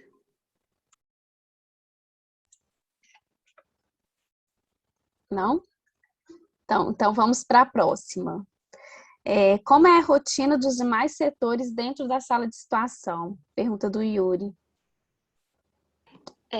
A sala de situação é uma só, né? A sala de situação ela é ligada à Subsecretaria de Vigilância em Saúde, ela é uma coordenação ligada diretamente à subsecretária e ela atua de maneira transversal com todas as áreas da secretaria. Então, a gente faz análise de produtos de dados para a Secretaria de Estado de Saúde como um todo, focado principalmente atualmente no Covid, porque é uma emergência em saúde pública que gerou a criação da sala de situação, e também o que tem a maior quantidade de dados para se trabalhar hoje, mas a gente tem expandido e trabalhado com cada vez mais dados em situação de saúde nos últimos meses. Excelente. Tem uma outra pergunta aqui que é sobre a onda roxa. Passo para a Tenente Mônica e para o Tenente Henrique, acho que eles são os mais adequados para responder, que é... peraí que mudou aqui rapidinho. Achei de novo. Yuri perguntando como foi internamente para a criação da onda roxa e como ela foi tratada dentro da sala de situação. Mônica, posso responder? Você quer responder? Pode responder, qualquer coisa eu complemento depois. Legal. Então tá bom. Bom, basicamente, né, as decisões sobre o Minas Consciente nunca são unilaterais, né? Como eu disse, ela é interorganizacional, ou seja, existem reuniões semanais entre os secretários das diversas secretarias, né? Existe o comitê extraordinário, que é formado por todos os secretários do governo, e as decisões macros e as diretrizes, né, são definidas por eles. A própria definição de onda não é atribuição da saúde, ela é atribuição desse comitê extraordinário que discute tanto o lado de saúde quanto o lado econômico. Então, a sala de situação não é quem define. O que chega normalmente são diretrizes, é claro que há um feedback, né? O COIS, que é a instância técnica, né, para debater isso com o comitê extraordinário, vai dar um feedback com relação às decisões. Então, a onda roxa, na verdade, o que coube à sala de situação foi criar mecanismos para possibilitar essa tomada de decisão. E aí, como a Mônica falou na apresentação dela, né, o cenário prospectivo desfavorável foi um termo que a gente utilizou para definir quais as regiões do estado que estavam numa situação muito pior. Importante a gente ter isso em mente, né? Quando a gente está próximo do colapso, como a Mônica já disse, desculpa estar repetindo, mas quando a gente está próximo do colapso, os dados ficam ainda piores, né? Toda a atenção das unidades de saúde, das pessoas que trabalham com os dados, é voltada para o atendimento da população. E aí a inserção das informações passa a ficar bastante em segundo plano. Então, quando a gente está numa situação muito ruim, os dados ficam ainda piores e aí é mais difícil tomar essa decisão. Então, a gente precisava de indicadores que mostrassem antes do colapso que havia indicativos de que aquela situação poderia perder o controle. E aí a sala de situação criou as ferramentas para que o comitê extraordinário pudesse tomar essa decisão. Acho que é basicamente isso, Mônica, se quiser complementar. Para complementar que o cenário prospectivo desfavorável, a gente buscou justamente trazer indicadores que faziam avaliação de dados quantitativos, para tentar tirar a parte subjetiva dos gestores, que obviamente num cenário de colapso sempre relatavam que a situação estava crítica, mas a gente tinha que elaborar indicadores para conseguir ver realmente qual a criticidade de cada uma das regiões. Posso complementar também? Claro. Acho interessante falar que no que diz respeito ao fluxo do processo, a sala teve esse papel também, como eu mencionei, a pedido da subsecretária, eu, a Maria Laura e a Eva Lídia, que é minha coordenadora no CIEVS, a gente propôs, né, o fluxo do processo da onda roxa, que aí, como o Henrique falou, é decisão do comitê, então esse fluxo foi apresentado lá, a gente fez várias correções, né, várias alterações, até chegar no modelo do fluxo do processo em si, que eles definiram que seriam assim. Ótimo, gente. Ótimos esclarecimentos, né? Porque às vezes não fica tão claro quando a gente lê o plano, mesmo na apresentação rapidinho aqui. Tem uma outra pergunta que é da Priscila Maia, sobre projeções. As projeções são analisadas também considerando as novas variantes e novas ondas, mesmo em países com alta taxa de vacinação? Acho que essa é para eu responder, né? De forma geral, Priscila, tem várias projeções feitas no mundo inteiro, né? Se a gente pensar em nível de país, tem várias, Estados Unidos, Inglaterra, enfim. E algumas delas levam em conta a taxa de vacinação nas projeções. O que a gente faz aqui em Minas é acompanhar como que os casos novos por dia estão evoluindo. Então, por exemplo, quando veio a P11 em janeiro, a gente meio que identificou ela quando ela já estava aqui e crescendo loucamente, né, no estado. Então, assim, foi uma identificação meio que tardia dessa, né? A Delta a gente já está com ela no radar, mas ela ainda não se mostrou tão expressiva para gerar um aumento muito grande de número de casos, pelos dados que a gente observa. Então, a gente sempre tenta levar em conta isso e também ver um pouco do efeito da taxa de vacinação. Agora, sem parâmetros, é muito difícil incorporar isso no modelo, né? Qual o número que a gente coloca aqui e ali, mas a gente sempre deixa isso no radar na hora que está fazendo as projeções, tá? A próxima pergunta é do Luiz. Alguém quer complementar, gente, das projeções que falei e nem abri? Tá bom? Então, vamos lá. A próxima é do Warlisson Ramos. Ocorrem muitas perdas a respeito dessas correções dos dados? Alguma estimativa em percentual? Acho que eu posso responder. Pode falar, Pera. Não, eu ia falar que do Open Data SUS, de vacinados, tem mais ou menos 150 mil duplicidades, mas é uma base de 17 milhões. Então, assim, é bem pouco, se a gente for pensar nesses termos. E às vezes acontece por causa de integração de sistema, no caso do Open Data SUS, não de preenchimento. O que eu ia falar é que, na verdade, não há perda, né? Porque, como é duplicidade, a gente precisa retirar para não dar um número errado, né? Soltar um número a mais. E, assim, se há perda, é muito na notificação. Por exemplo, um caso que é COVID, ele não é fechado como COVID, e às vezes a gente identifica, as regionais entram em contato com a gente, falando que é COVID, e a gente pede para o município corrigir a ficha. Mas do que chega para a gente não deixa perder nada, a gente corrige para não perder nada, na verdade.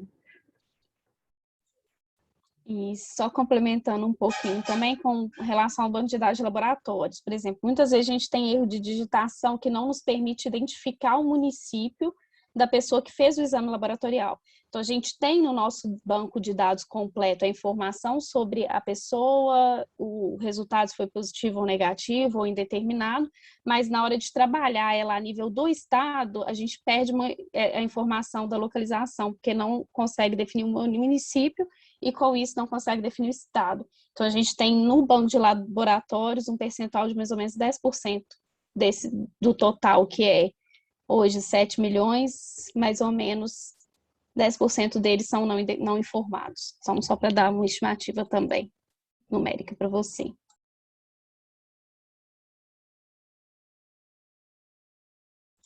Mais alguém quer completar essa parte? Beleza. Então, vamos para a próxima pergunta, que é a última que está aqui no chat, que é do Luiz Renato. Diz: boa noite, agradeço a todos os envolvidos na sala de situação pelo trabalho e o resultado obtido até aqui. Obrigado. Sobre o poder computacional necessário para a execução das queries, gostaria de saber se vocês têm disponível algum serviço na nuvem para tais processamentos e, se sim, como vocês veem a questão de segurança da informação e soberania científica ao utilizar esses sistemas. Sobre a centralização dos bancos de dados, o que vocês estão tratando e consolidando durante esse processo? Se há algum plano para disponibilizar isso em um data lake público? Acho que Carlos e Laura, né? Inicialmente. Bom, uma coisa que é muito importante de falar sobre o coronavírus em si é que ele é muito dinâmico. Então, grande parte dos processos eles foram sendo construídos. A gente fala trocar a roda do carro com o carro andando.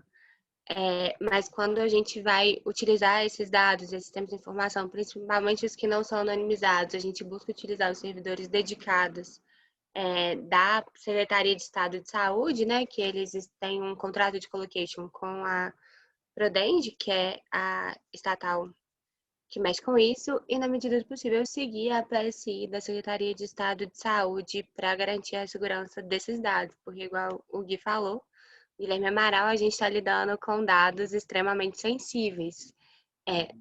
São dados de saúde, né? Com relação, a gente utiliza uma nuvem para disponibilização dos dados. A gente tem, a Isabela colocou aí no site, no chat, o site coronavírus.saude.mg.gov.br/dados abertos, que é onde a gente disponibiliza os microdados de todos os painéis e mais algumas informações de acordo com as necessidades vão surgindo, a gente vai incrementando esse repositório de dados. Ainda não é em formato de um data lake, a gente gostaria, depois o Carlos vai complementar um pouco mais sobre os planos de estruturação dessa parte de infra e de banco de dados para poder ampliar esse processo e deixar ele mais eficiente. Mas a gente ainda está nesse processo de construção do Data Lake. Carlos, se quiser complementar? Eu vou complementar, que perguntou sobre a parte de extração e de execução das queries, né? Hoje em dia a gente está usando o bot em Python, usando o Elasticsearch Scroll para poder baixar os dados do ESUS, que é o sistema oficial, mas para poder o governo ter ficado cada vez mais fechado, né? E aí você precisa de usuário e senha, você precisa de um certificado digital para poder acessar esses dados. Eles são muito sensíveis e você, fora isso, só pode acessar dados abertos, como já foi falado pela Isabela. Não, o serviço de nuvem que tem é simplesmente o repositório do próprio governo, que é uma API que permite busca por Elasticsearch. Fora isso, não tem mais nenhum tipo de sistema. No caso, tem um plano nosso para poder lidar melhor com esses dados, porque hoje em dia a gente baixa todos os dados, ou filtrados, ou selecionados, ou tudo, para poder serem tratados e disponibilizados depois. Só que tem um plano para poder implementar bancos de dados internos que armazenam todos esses dados, e aí a alimentação seria diária, o que facilitaria o tratamento, o acesso a esses dados internamente, por todas as equipes que usam, por todo mundo que precisa desses dados internamente, e também deixaria tudo mais rápido. Em vez de você baixar todos os dados todos os dias, você baixa só o efetivo daquele dia. Então, ainda está em processo, eu estou participando da elaboração disso junto à TI da saúde. Acho que por isso é só.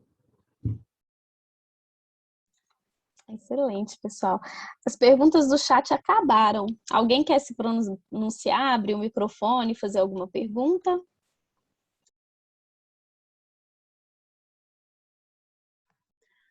Parece que a Janaína levantou a mão. Isso.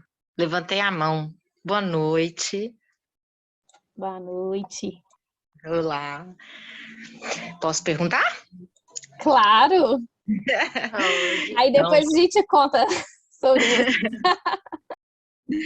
Então, primeiro, parabenizar a equipe da Sala de Situação, da Secretaria de Estado de Saúde, pelo trabalho incrível que eles desenvolvem desde o início, né, da pandemia, com propostas novas, com propostas arrojadas, tentando sempre solucionar os problemas, né, que não encontramos. Eles estão ligados, né, à vigilância em saúde, porque a vigilância é como se a saúde fosse um barco, a vigilância é a bússola, né? Então, a Sala de Situação foi a informatização dessa bússola aí em tempo mais oportuno para a tomada de decisão aí com relação à pandemia, e que a estratégia foi tão importante que vai perdurar, né, mesmo fora da calamidade pública, né? E aí eu queria perguntar isso, assim, somos um estado com 853 municípios, acredito que uma sala de situação só não vai dar conta, né, de todo esse trabalho, até porque a gente tem regiões do estado com suas especificidades em saúde, que precisam aí debruçar numa análise mais robusta dessa situação. Então, qual a estratégia, né, que a sala vai ser permanente, mas qual a estratégia aí para ampliação da sala de situação? Olá, Janaína Passos de Paula, subsecretária de Vigilância em Saúde, já foi citada hoje aqui. Na primeira fala, a fala da bússola é realmente a nossa missão, é a visão que a gente tem dentro da Secretaria de Saúde, ela perdura. E ela fez uma pergunta muito importante, que é um dos nossos grandes projetos para o próximo ano. Quando a gente fala de institucionalização da sala de situação, a gente fala também da necessidade que a gente tem de colher informações cada vez mais próximas do território, porque do nível central a gente tem aquela dificuldade de visão que eu citei no início. A gente coleta os dados, mas a gente precisa estar cada vez mais próximo do município para realmente sentir a situação de saúde que tem lá.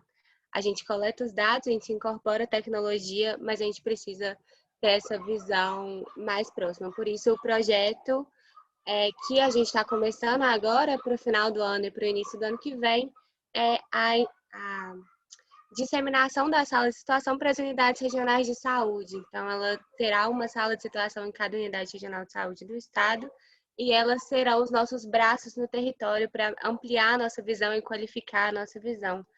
É um dos grandes projetos que a gente está planejando. E a gente tem muito orgulho dele, porque realmente durante a pandemia a gente percebeu que estar próximo do território é a melhor forma da gente conseguir ter a visão real do cenário de saúde do estado. Laurinha, só complementando a sua fala aí, né? É bacana você ver realmente a diferença, né? A heterogeneidade do estado como um todo. Na hora que você vai entrar em contato, a gente tem uma reunião toda quinta-feira com todos os regionais. E quando você levanta esse tópico, todo mundo sempre acha interessantíssimo, mas você vê que cada um tem sua especificidade.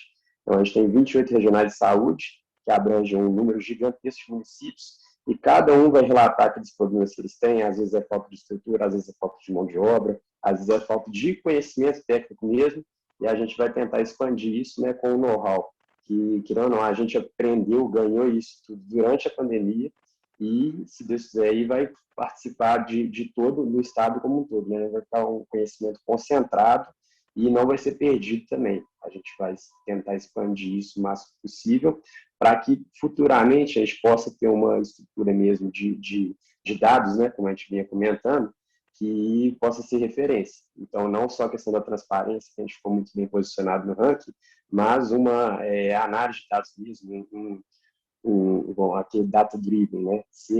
Ter uma gestão voltada para os dados, que vai ser essencial. Só para complementar um pouquinho, já desculpa, Ana, aqui, duas coisas, né? O Guilherme comentou aqui agora, né, que cada regional vai ter um problema, um estado, né, tão grande como o nosso aqui em Minas, isso acontece, vários municípios, não tem jeito. E, às vezes, ele foi citando que cada regional tivesse um problema. Vai ter regional que vão ter todos esses problemas juntos e mais problemas. Né? Eu já lidei um pouquinho com algumas regionais, eu conheço como é que elas são. E uma outra coisa, quando vocês, agora puxando a sardinha aqui já para o curso, né, de gestão, quando vocês tiverem, né, e precisarem de ampliar cada vez mais, lembra, né, dos alunos aqui, então, para estagiário, o pessoal que está formando, lembra deles, o Evandro tem que fazer um bom trabalho para abrir essa porta, né, aí dentro. Se ele fizer um mau trabalho, é o curso que fica queimado, então a gente puxa a orelha dele depois. Então ele tem que fazer um bom serviço aí. E lembrar, né, quando tiver disponibilidade de estágio, alguma coisa assim, nos avisem que o pessoal vai em peso, né? Tem um grande número de empresas, de prefeituras, governos e por aí vai, que contratam os alunos. E só comento, tem agora a Virgínia, ela levantou a mão.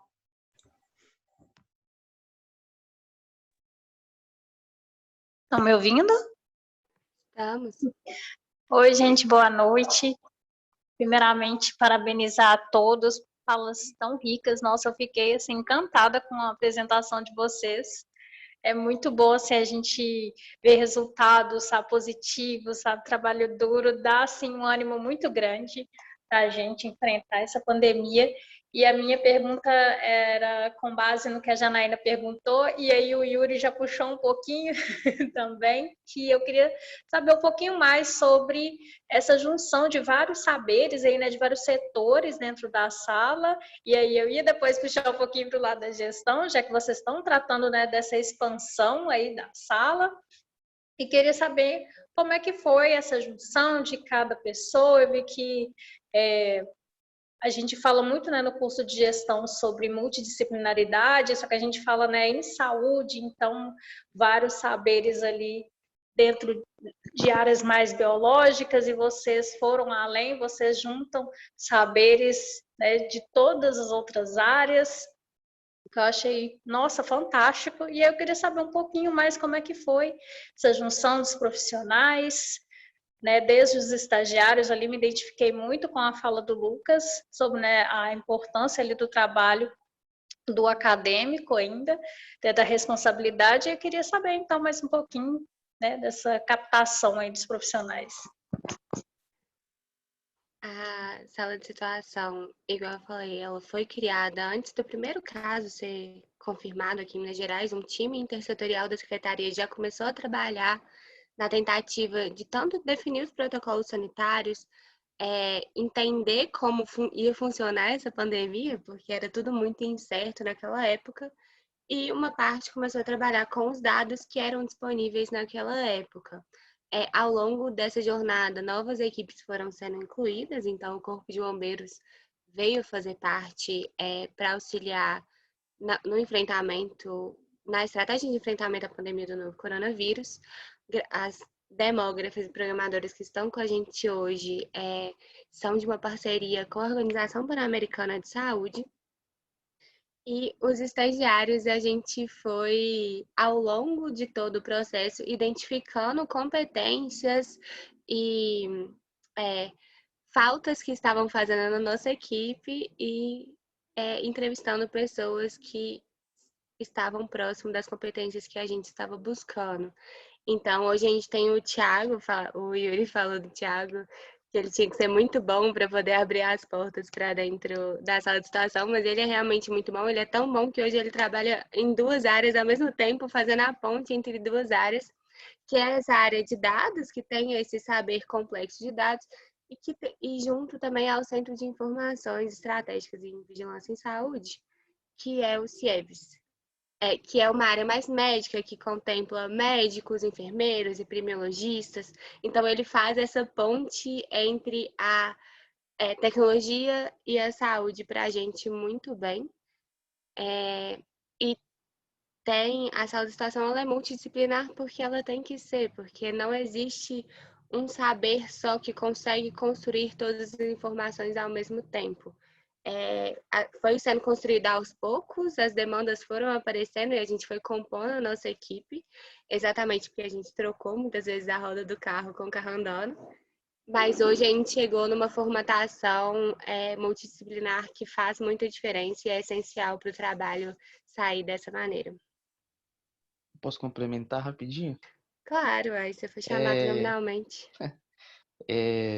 Tem uma coisa que é legal, porque assim, realmente são conceitos que a gente vê muito no nosso curso, né, de intertrans e multidisciplinaridade, e ver isso na prática ali dentro da sala, dentro da secretaria de uma forma geral, é muito diferente do que a gente vê conceitualmente, no sentido de que é bem prazeroso estar participando dessas discussões e tal. Quando a gente vê conceitualmente, a gente vê grandes dificuldades, né, nesse sentido de trabalhar assim. E realmente as dificuldades existem nesse sentido, como para trabalhar com outros conceitos também. Só que, falando como acadêmico, é super prazeroso estar atuando com várias áreas e tal, adquirindo esses conhecimentos, tanto com a galera da sala, quanto com o pessoal também de outras áreas.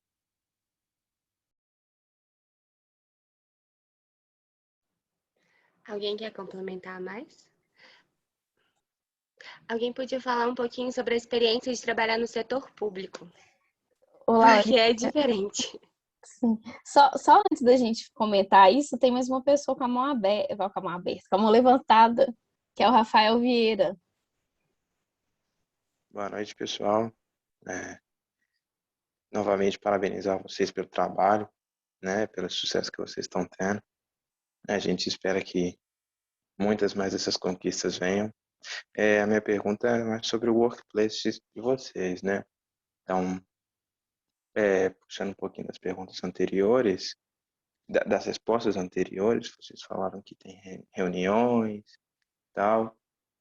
Queria perguntar para vocês sobre a independência que vocês têm de, por exemplo, expandir a sala, de requerer mais recursos, de instalar projetos e tal.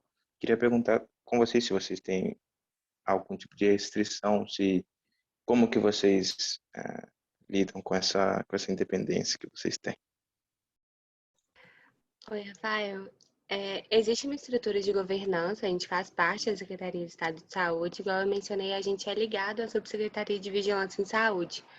Hoje a Sala de Situação ela é um projeto estratégico da ACES e, como todo projeto, ele vem de pautas e agendas. Então, a gente tem uma ideia, a gente apresenta ela para a nossa subsecretária. Se for uma boa ideia e fizer sentido na estratégia, ela é validada e a gente segue com o projeto. Tudo isso porque a gente faz parte de uma estratégia governamental, a gente não consegue se desassociar dela. A gente está dentro desse grande navio e precisa se adequar a ele. A sala hoje é considerada um projeto estratégico, então a gente tem conseguido expandir os projetos e conquistar mais espaços dentro da Secretaria de Estado de Saúde e criar essa cultura de que dados e informações são importantes para a tomada de decisão. Eu acho que isso ficou bem, bem claro ao longo da pandemia e tem sido uma experiência nova para toda a Secretaria de Estado de Saúde ter uma área focada em dados para ter um apoio para fazer esse tipo de análise. Não sei se eu consegui te responder.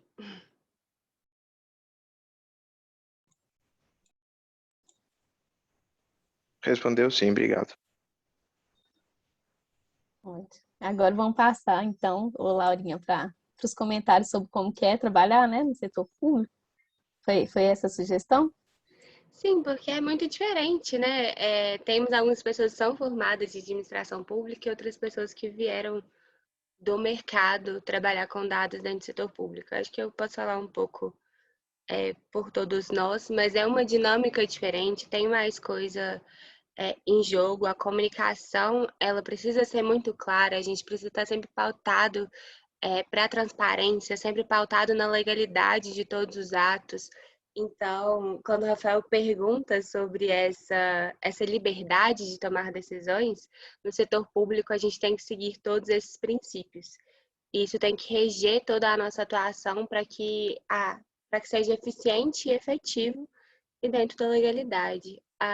E é muito diferente. Tem gente que chega no mercado e vai trabalhar numa instituição pública e não entende muitas vezes porque algumas coisas parecem ser mais complexas, mas elas não só parecem, elas são mais complexas e elas demandam articulações diferentes do que demandam no setor privado. A sala de situação chegou num momento de emergência, então a gente se transformou em estratégica e por isso a gente conseguiu construir tudo isso e ganhar esse espaço, mas dentro do setor público as coisas elas são diferentes do setor privado. Principalmente para a inovação. Só completar essa frase da Maria aí,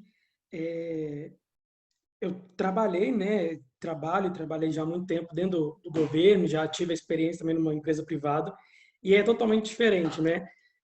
Não só pela morosidade um pouco assim do que acontece, pela falta, né, de diálogo assim, porque nem tudo depende só daquele setor. Então tem hora que a gente precisa, eu também mexo com análise de dados, assim como o Guilherme, se não me engano, e o Carlos, né? Então assim eu sei a dificuldade que é. Às vezes a gente depende da CEPLAG, e aí o prazo da CEPLAG é totalmente diferente, né? A Secretaria de Planejamento do Estado é totalmente diferente do prazo que a gente quer alguma coisa, ou senão eles não mandam da maneira correta que a gente precisa, ou dados, né, do Ministério da Saúde, a gente precisa o dado para ontem, mas o Ministério tem uma demanda maior, um pouco de dificuldade em algumas áreas, e aí demora para nos encaminhar, e não tem aquele poder de chefe, né? Assim, que você manda, você faz. A gente tem algumas, como a Laura falou, a gente tem que ter regido por lei, né? Então, o servidor público, né, ele pode fazer o que está na lei, e já no privado é um pouco assim, se não está, eu posso fazer. Se não me restringe, eu faço. Se restringe, eu não faço. E no público isso não pode ser, né? Além de ter algumas implicações legais, né, quanto a isso no próprio servidor, tem também questão de carreira, né, que a pessoa já tem, quando a pessoa é concursada, quando não é.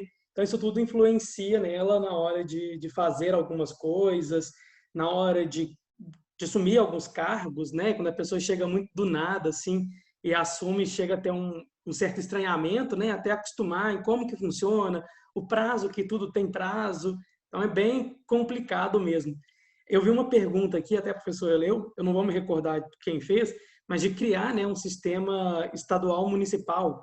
E isso, a dificuldade que é para implementar, cada um vai dar uma dificuldade diferente. Dentro do próprio estado já é difícil, né? Imagina lidar com outra esfera, que no caso seria a esfera municipal.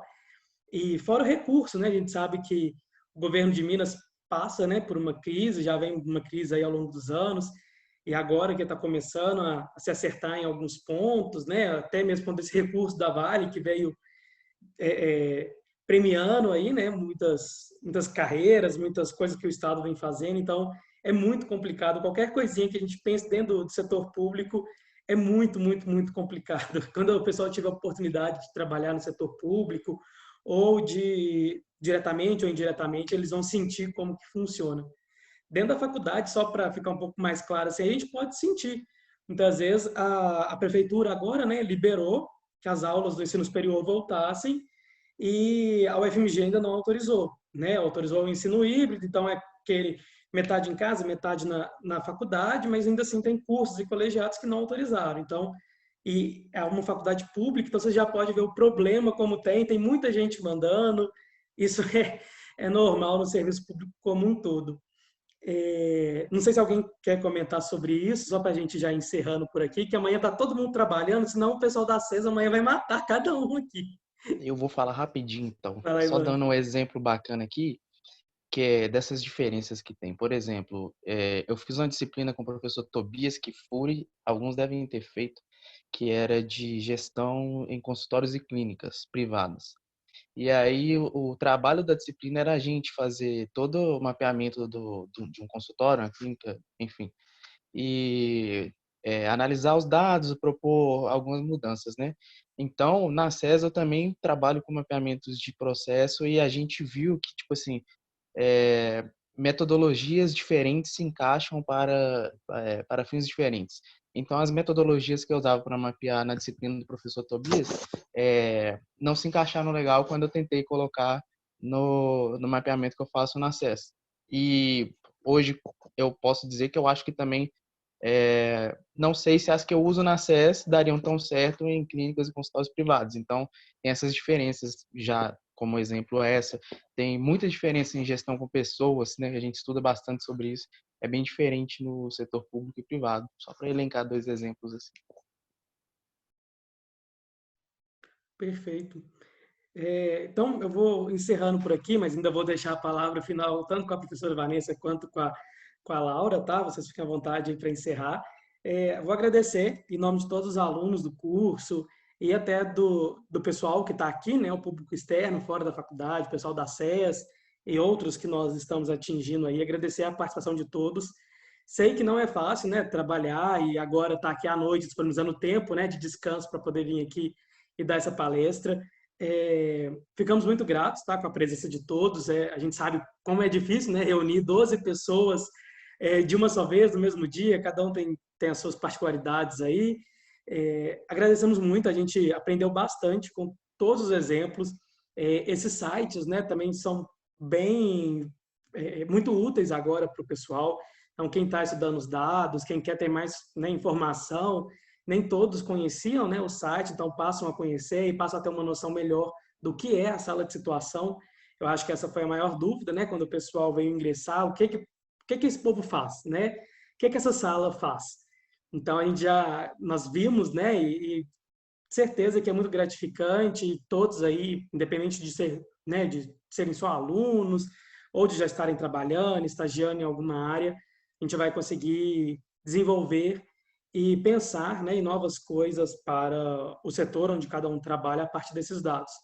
Quem não soube, né, a gente viu algumas curiosidades aqui dentro do Power BI, é uma ferramenta nova, né, que não só o Estado, mas muitas e muitas empresas particulares, privadas, né, desculpa, vêm solicitando, né. Hoje em dia o Excel é quase um item obrigatório e o Power BI fica como um extra, assim.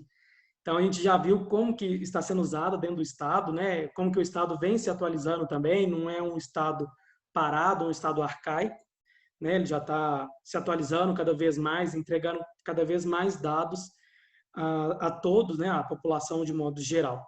Então, agradeço em nome de todos os alunos e todos os participantes aqui, a presença de todos vocês. Agradeço de verdade, sei que não é fácil, e avisando a todos que o certificado ele é de forma automática para quem entrou na sala, né, pelo link do Simpla. Então, hoje mesmo, hoje à noite, daqui a pouquinho, vocês estarão recebendo no e-mail cadastrado. Vanessa, Laura, podem finalizar. Perfeito, Laurinha, eu vou começar aqui, depois passo para você. Eu queria agradecer muito, assim, porque foi com muita expectativa e empolgação que a gente recebeu esse convite. Como eu mencionei, foi iniciativa dos próprios alunos da minha turma de Introdução à Demografia do curso de Gestão de Saúde. Eles que pediram e convidaram a gente para estar aqui e falar para todo o curso. Em 3 dias já tinha todo esse layout aí pronto, com o link do Simpla para participar e fazer a divulgação. Então, assim, eu sinto uma honra enorme de estar sentindo esse reconhecimento, essa necessidade de falar um pouquinho do que a gente produz lá na sala de situação. E agradeço também a equipe da sala de situação, todo mundo que topou, os 12 falaram, se organizaram aqui para expor um pouquinho. Eu também como parte da equipe, né? Mas, assim, ao convite que surgiu dessa iniciativa aí com a disciplina.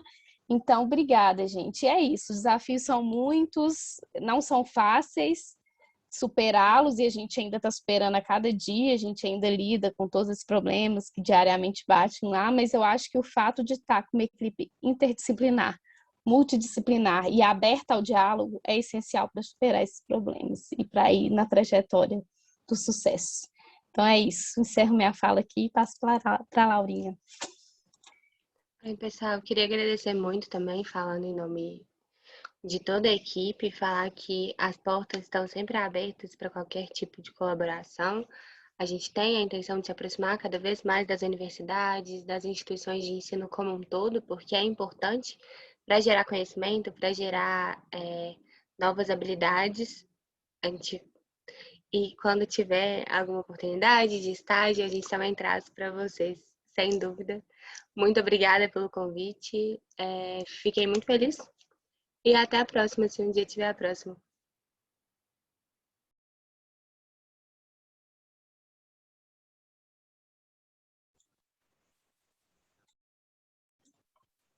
Acho que é isso.